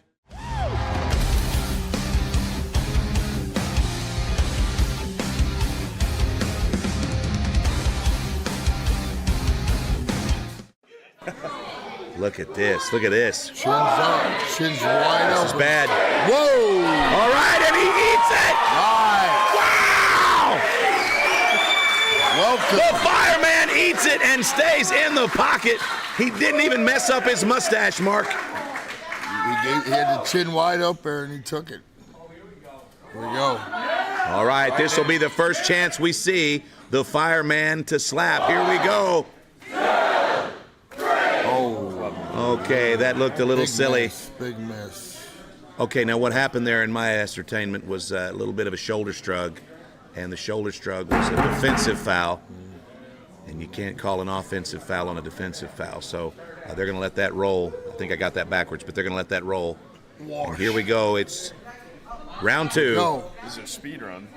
Yeah, it sure is. Who would have expected that? Oh, he turned his head.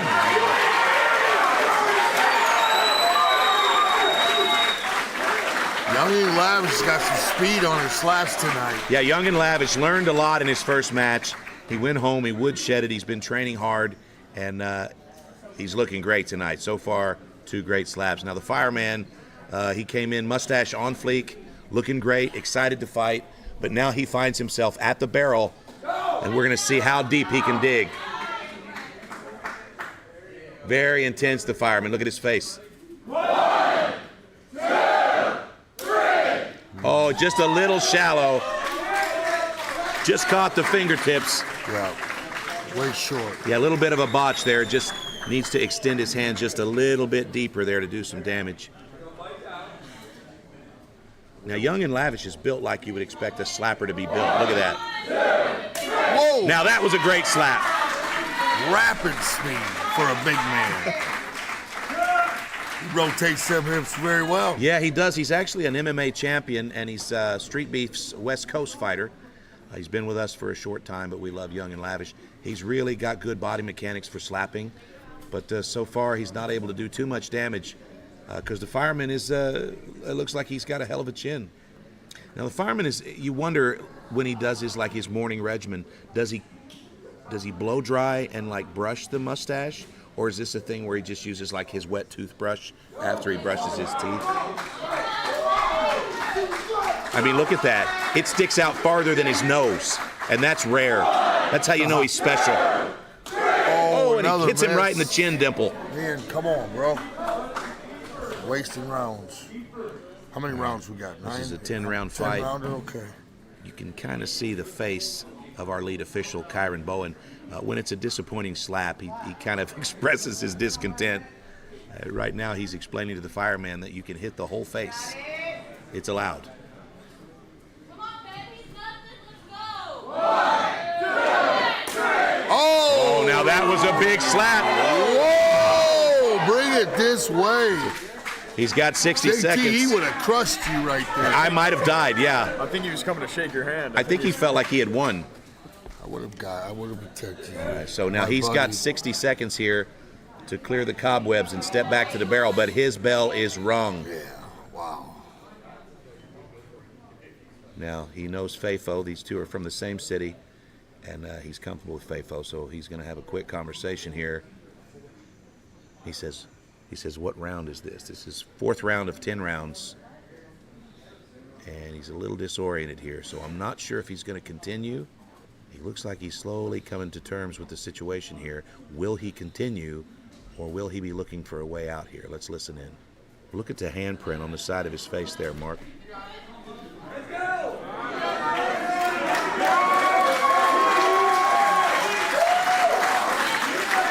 I would definitely have him behind on the scorecards right now. All right, it looks like the fireman is going to nut up here and step back to the barrel. Need a big swing here. A little bit deeper here. He might do some damage. Yeah, there we go.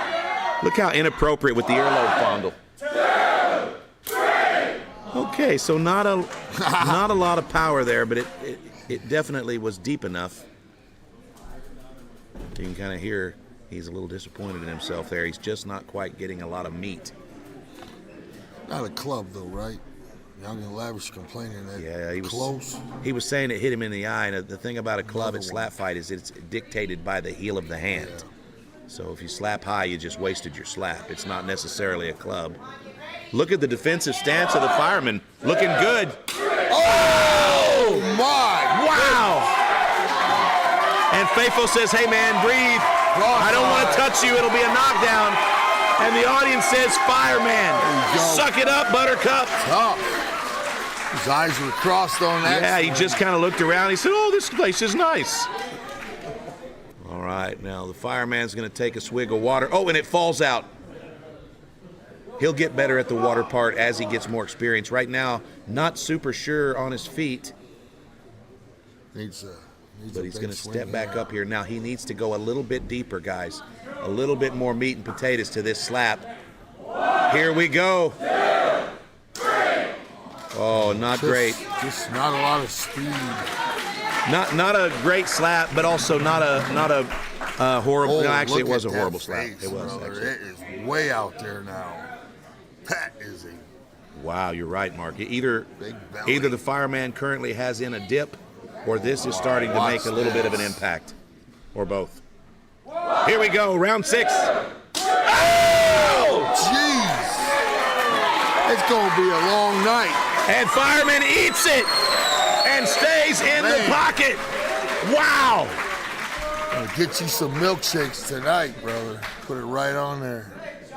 Man, Young and Lavish putting in work tonight for the green team. He looks good, man. He does. I'm telling you, this guy has got it down pat. He's put it together. I was talking to him backstage. He was focused. He was prepared. What's he weigh in at? Tonight, I believe he was somewhere in the 260s. 260? Yeah, he bounces between heavyweight and super heavyweight. 260, wow. This guy's a proud member of the Street Beefs West Coast team, and they're all supporting him. We want to say hello to all the Street Beefs guys watching tonight. We love and support you guys, and Young and Lavish is definitely representing you guys well this evening. Now, the fireman is new in the biz, but you cannot count anyone out with a 10-round fight. Ooh.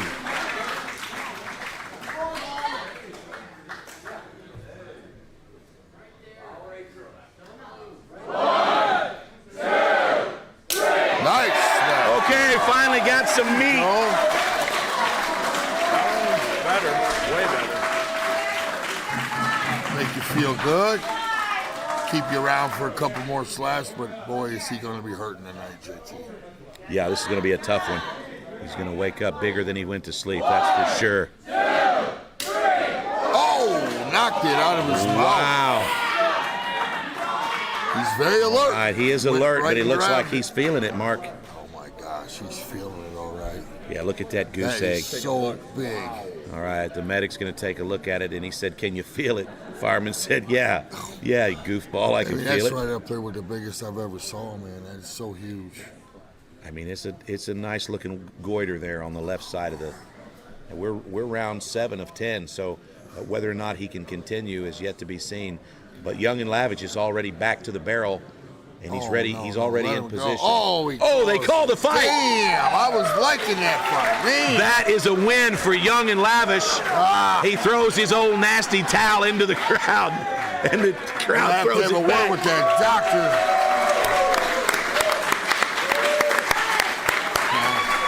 Saved him.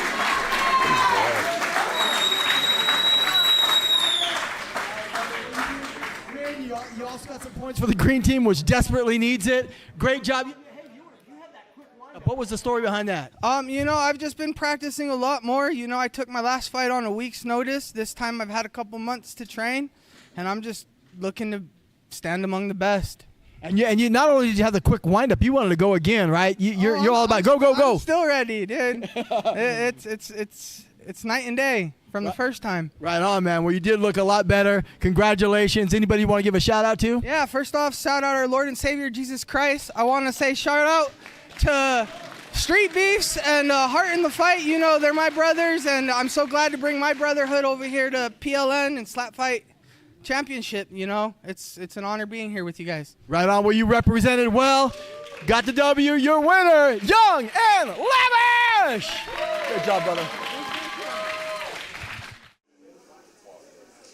All right, Joe, so I just got word that the competitor could not come up here. I'm not sure why, but I didn't want to leave you hanging and wait and see what's going on. But he did have quite a fun. Did you see that over here? Yeah, it started to look like he was holding cue balls in the side of his cheek there. I saw him stumble that second time he got knocked down there. Right. And he almost fell into the commentators.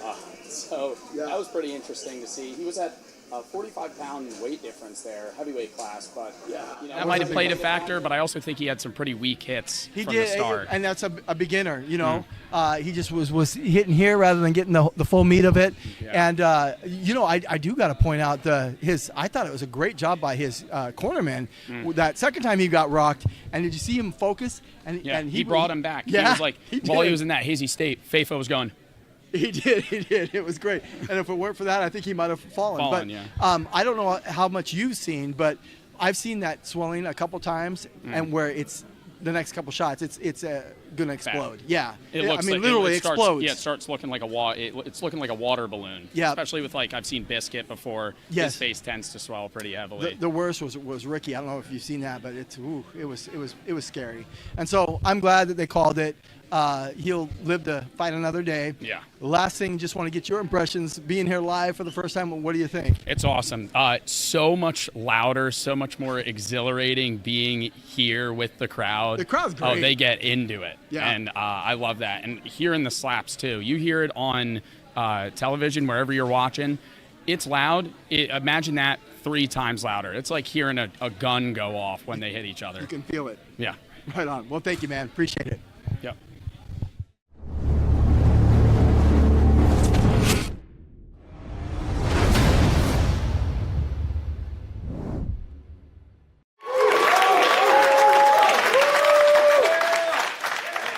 Welcome back to the Slap Fight Summer Smash 2025. I'm here with my good friend Joe Bartolozzi. If you don't already, follow Joe on Twitch and YouTube. You must do so now. And of course, my little sister, Mark the Hammer Coleman. And I have to tell you, we were just backstage talking to Fireman, and the Fireman has a second Fireman on the side. And for a second, I thought he was just wrestling in the back with Mark, but it was actually a goiter, and he's okay. It's not any fun for him for the next few days. He's probably ice cream and soup. But the Fireman will return. He's a tough guy, and he had no choice. The doctor called the fight. Just very worried about, is he going to come back? Hell yeah, he'll be back. Of course he'll be back. Now his teammate, the Patriot, 300 pounds, super heavyweight, he has just accepted a fight, and so it will be the Patriot versus Young and Lavish at the next event. So that should be fun. Now, let me tell you, it's time for our main event. I'm excited about the main event. Joe's actually in support of Black Larry. It's one of Joe's favorite slappers. Yeah. And I would say my favorite slapper. Your absolute favorite slapper. Yeah, second's probably Fafo. Okay, they train together, so that's fun. Larry and Fafo, if you saw them walking down the street together, you'd never think those two guys were good friends. Why is that? Well, just because of the thing, you know. But I will say this, I love Black Larry, but Outlaw, the opponent tonight in the main event, Outlaw has defeated Black Larry handily in the past. The last time they faced each other, Outlaw knocked Larry down 3 times for a TKO, and he wasn't the original opponent tonight. The opponent was supposed to be FPS. FPS could not make it tonight. He and his lovely girlfriend Haley have just welcomed in a new baby boy. So congratulations to FPS and Haley. But when I called Outlaw and said, hey, it's time to come back to Slap Fight, he didn't even ask me who the opponent was. He accepted immediately. Outlaw's good to be back here. He's fantastic slapper, and we're going to see if he can integrate into this new lightweight division. Mark? I like this matchup even better almost. A rematch. Larry has gotten so much better. One of my favorites. I've been with him since he got here, but he's mastered a lot of little techniques to be able to absorb that power of the Outlaw. Absolutely, he has. He's really evolved. These guys love Black Larry. Personally, I don't care for him much, but that's not the point. Let's take a look at Outlaw. Introducing first in this 10-round matchup, he weighed in at 158 pounds. He'll be representing the black team from Grove, Oklahoma, Outlaw!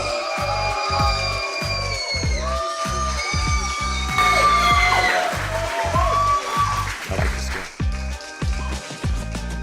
From Grove, Oklahoma. Business in front, party in the back, ready to slap. Absolutely. And potentially beat Black Larry yet again. And introducing his opponent, representing the green team from Joplin, Missouri. He weighed in at 158 pounds, Black Larry!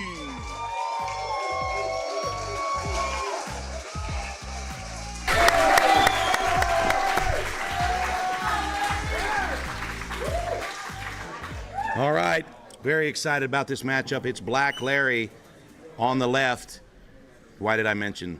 Black Larry on the left and White Outlaw on the right. And these two gentlemen have been to war before, and it didn't go well for Larry. So this is an opportunity for Larry to set some things right, and it's a chance for Outlaw to make his way to the top of the lightweight division, where Raven holds the title and the Cannon waits to unify it later this year with his undisputed title. So Black Larry wins the coin toss. Once again, the Cannon and Raven at the top of the lightweight division.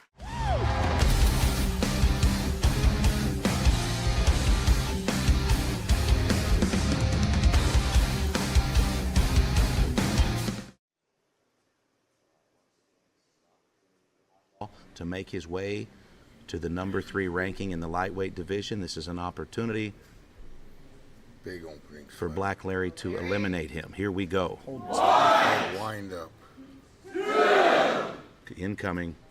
Whoa! And there we go! Black Larry with a slobber knocker, and Outlaw is already up. Smile on his face. He said sick burn, bro, but he's back in the fight. Working on that windup. That windup is so critical, so smooth. Now, Joe, how much of that knockdown do you think he can attribute to the new ponytail? I think it is distributing the weight a little bit. It seems like it's aerodynamic. It looks great. Looked aerodynamic. He's got it crimped in the front. It looks great. It looks like a character from Hamilton. Now, Outlaw, do you think he has like a hair care routine for that, or does it just live in the back? I do you just think try he's not. shampooing that, or? I'm not sure. I try not to think about it, but since you brought it up, I think it sticks on. I knew a lady that wore one of those. Tape on? Yeah, it wasn't on her head though. It's a weird situation. I could definitely pull that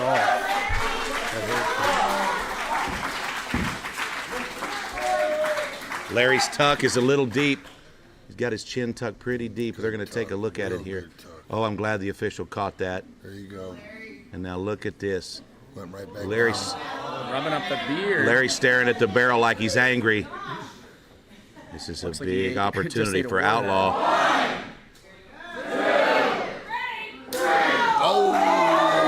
Little movement. All right, Larry ducked his face just a little bit. I don't know if it's enough to, I don't think they're going to call him, but there was a little bit of movement there, Mark. Like this page, yeah, a little movement. Oh, this could be it right here.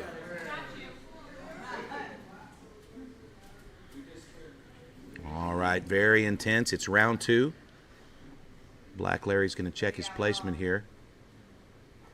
Tonight, Black Larry decided to wear 9 bracelets on his slap hand. Getting physical with him. Here we go. Round 2. Oh! And Outlaw eats it, Joe. Holds it down. I was for sure he's getting knocked down again there. Yeah, it looked like It looked like that first one caught him off guard. The second one, he was ready. He had his feet planted a little bit better. Happens so often in the slap fight, and that first one catches him off guard. Yeah, shit gets real fast. Now, Outlaw, he understands he's got the power to put Larry down, but the last time he put him down, it was after just a little bit of work was put in. So he's going to try to soften Larry up here for a couple of rounds and then put him down. This is a 10-round fight. Two of the best lightweight slappers in the game. They both stomp like they're marking their territory. Yeah, it's weird. I've seen rabbits get in fights, and that's what a rabbit will do, just stomp like that. Very intimidating. Sometimes I wonder if you spread that hair in the back, if there's like another face back there he's concealing. This makes all the decisions. That's why he's here. There you go. Moving in a little closer. It whispers to him. Yeah. Take the slap. Slap Larry. Slap him. Good, Slap him right. Yeah, fix that chin. All right, here we go. Round 2, Outlaw. I don't know. That was a crazy little whiffed slap. I don't know how much of that had to do with Outlaw and how much had to do with Larry's defensive stance. So far, Larry's riding the line. Outlaw with a nice tuck, too. Outlaw presenting his face right across the barrel here. Big knee bend by Larry. Here we go. Did you hear that? Oh, he's trying to. Outlaw goes down and he's struggling. Black Larry takes a knee out of respect. All right, Outlaw's recovered. He's not going to stop. He's up, he's moving, get the blood flowing.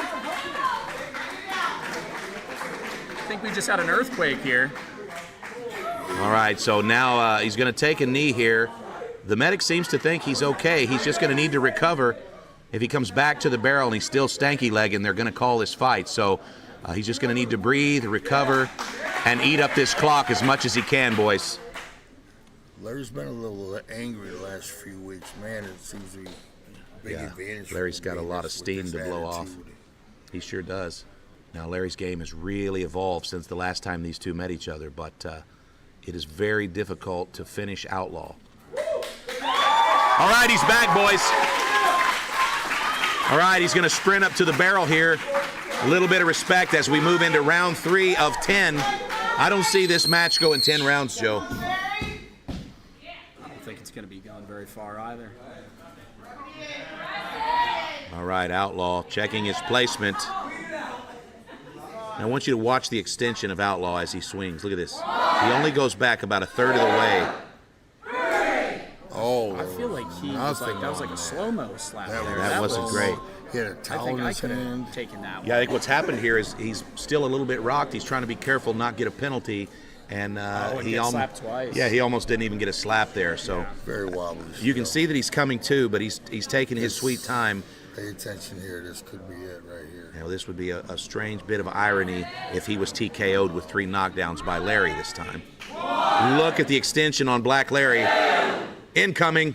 Oh, and that's a TKO! Yeah. Black Larry with the TKO victory! Holy smokes, Joe!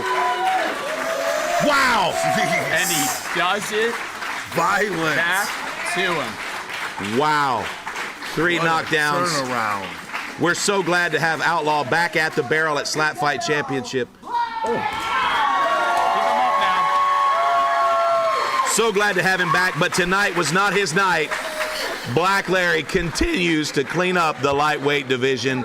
Unbelievable. Right. Let's go down to the barrel and our host, Dallin Getling, with Black Larry.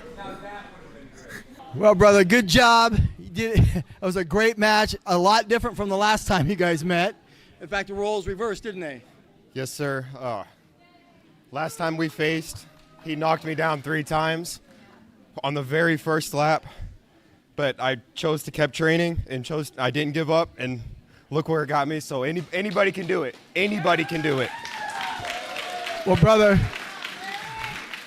I think you've got a great fan base because of that attitude. Also, I love your sportsmanship. I know you guys were hanging out, laughing, cheering, even during the fight. I love that. I'm sure you're going to be the first guy to check on him. Great job, though. You won some points for the green team, too. Let's go, green team! But again, you are a fan favorite, so go ahead and give a shout out to anybody you want. I'd like to give a shout out to my my team BFC Extreme and my family, mom. Right on, brother. Well, congratulations. You've been kind of on a tear through this whole Friday night fights, maybe making the best points for the green team. You're chalking it up in all the division, right? The car jitsu, you got some points. You got some points in the Ultimate Tire Wrestling, and now you got some points here. So keep it up. You're doing the green team good. Your winner, Black Larry. Good job, brother.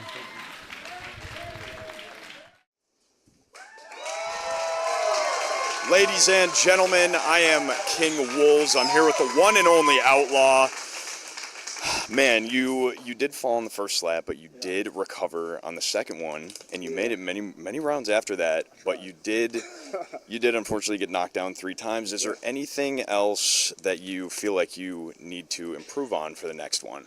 I need to get a little more practice. I've been out for about a year now. It's been a little while since I've taken a good slap.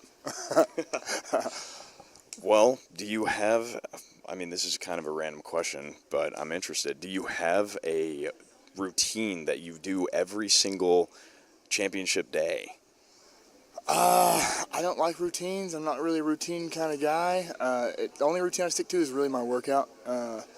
And there's really not a routine that you can prepare for to get slapped in the face.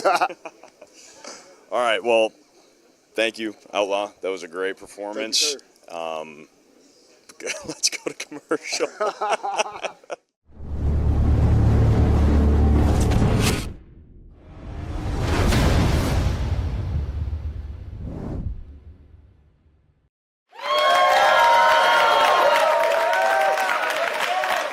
Hey, good job on your interview, man.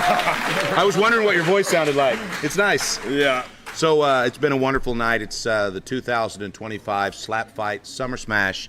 We're having a great time, but it's time for the tournament final. Our light heavyweight champion, the Slim Reaper, has to step away for a short while, and his title will be vacant. So tonight, we have Psycho, the winner of quarterfinal A, versus Bad Influence, yet to take a slap tonight. Bad Influence is completely fresh. He's had no competition at all tonight. And as you saw, Psycho went toe-to-toe with Blake Howard for 2 rounds. These 2 gentlemen will come out now, and they will battle 5 rounds for the Slap Fight World Light Heavyweight Championship. Let's go up to the roof to the Space Cowboy, Jason Jones, with some more words. Introducing first in this light heavyweight championship tournament final. He weighed in at 200 and...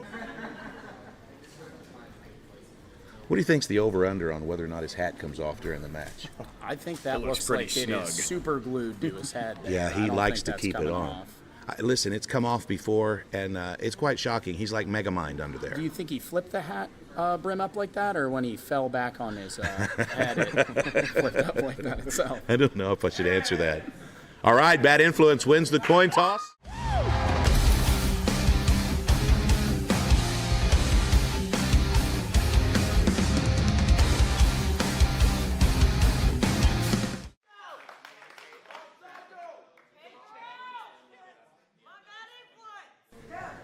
Bad Influence is going to slap first. He's going to measure, and here we go. 1, 2, 3. Okay, and a big swing, and Psycho eats it. I think Psycho's going to get a knock on first slap. Let's find out. He said he doesn't need a break here, so he just said, come on back to the barrel, no break. Psycho looks fresh, too. A little bit of a defensive, a little bit too much defense here. He's been over the barrel. He's got a little bit of a crazy posture. This could go badly. Oh, and he miffed it, boys. He miffed it. Bad Influence really talking to work right now. Yeah, Bad Influence wants this title. He's upset. And he doesn't need his break either. Now, Bad Influence, he's got a defensive stance that's got to be corrected once in a while. He leans over the barrel a little bit. He puts his chin down a little bit more than the others, but our lead official's watching that. And here we go. Round 2. 1, 2, too. Hit him in the eye? Got him in the eyeball. It looked a little low. I can never tell where they make contact. It's interesting. You'll notice they're all wearing a black wristband, Joe. That black wristband, if that disappears behind the chin, that means there's a club. The heel of the hand can make contact with the face, but it cannot extend any deeper than the tip of the chin. So you notice those black wristbands help the judges to see how deep, how extended they become. So a lot of defense here. 1, 2, 3. Nice slap. That's going to be the best slap of the match so far. Bad Influence just can't decide who to give that towel to. He's tried to hand it to everybody on stage. For some reason, he doesn't think to put it in his pocket. He just wants to give it to everybody else. I don't know if he thinks it's more valuable than it is, but it's just 2 rounds of experience. It's just a beginner towel. All right, here we are. It's round 3, Bad Influence, winding up. 1, 2, 3. I feel like he's getting low. Yeah, he's on just most of them. I think he hit him in the eye with the thumb. Yeah, it was a little bit of movement there, and it looks like they're going to call him on it. We're going to have a flinch warning for Psycho, and it was just a minimal movement, but it did look like it made a difference in that slap. So he's now going to have a warning if he flinches again. He's a dirty, dirty cheater, and he'll lose a turn. So for now, we're in the battle, round 3 of 5. 1, 2, 3. Oh, wow! Holy smoke! Whoa! Oh, my God! Bad Influence wants this belt. Wow!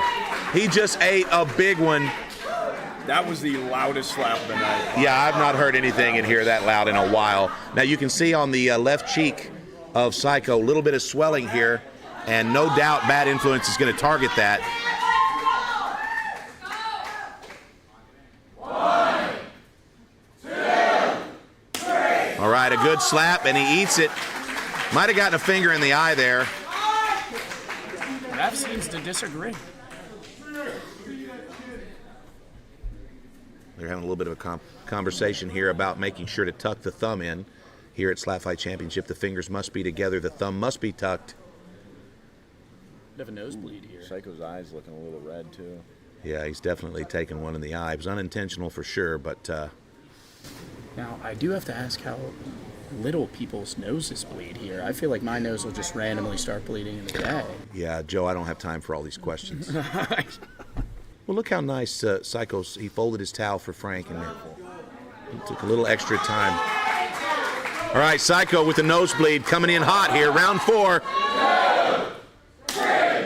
All right, we had a little bit of movement there. Bad Influence. Once again, I do not think it affected the power of the slap, but there was a little bit of movement there, and you can see that our lead official, Kyron Bowen, is cognizant but not calling those because they're not making a huge difference. All right, Bad Influence making sure that hat stays on. And it's round 5. Who do you got winning so far on the cards, Joe?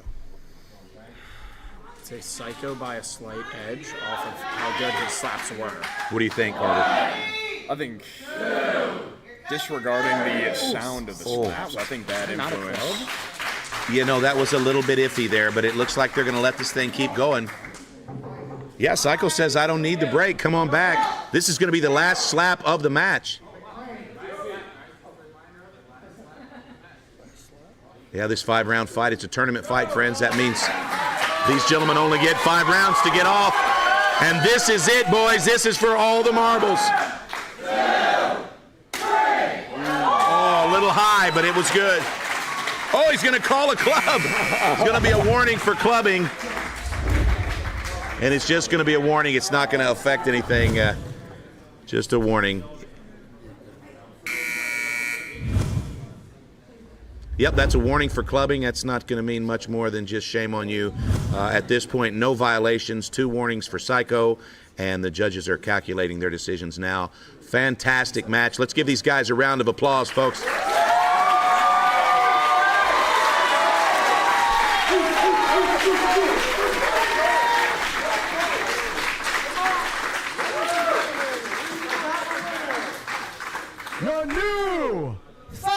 Pride light heavyweight champion is And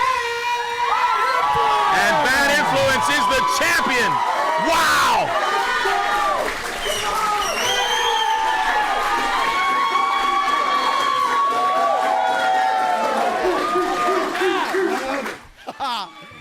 Wow. Man. Kids will be proud of me, dude. Quite the journey, brother. Yes, it has been. So, talk us through that last fight, though, because that went super fast, but you guys were... Man, it went fast. Dude hits hard. Yeah, that was the loudest slap I think I've ever heard, that one, and you just ate it. Yeah. That was crazy. That was crazy. Well, great job, man. Man, I'm so excited for you. Yeah, hey. Yeah, they want to see it.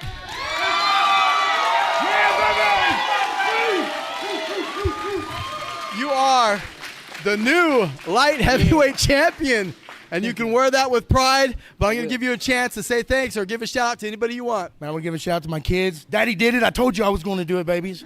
I won't disappoint. Are they watching? They are watching. Oh, I love right. you. I want to give a shout out to PLN, Mr. TJ Tilley, Mark Coleman, everybody here, man, even you. Right on, brother. Right on. Will the kids get some kind of ice cream party tonight, or what's going on? Man, whatever they want. Okay, you heard it. You heard it. Make them live up to it. But your winner and champion, Bad Influence! Woo! Yeah! Woo-hoo! Psycho, that was one hell of a fight. Thank you. How you feeling right now? I'm feeling pretty good. My face is a little swollen, but I'm still feeling really good. Yeah, I thought you had a lot of power on your swings. Some very close fouls that led to the decision of you losing. A lot was on the line. Yeah. But I'm sure you'll be back, right? Oh, absolutely. As soon as we can line another fight up, I'm there. All right, brother. We'll train hard. Have a good night. Get yourself a milkshake and enjoy life. Yes, sir. You have a great one. Thank you.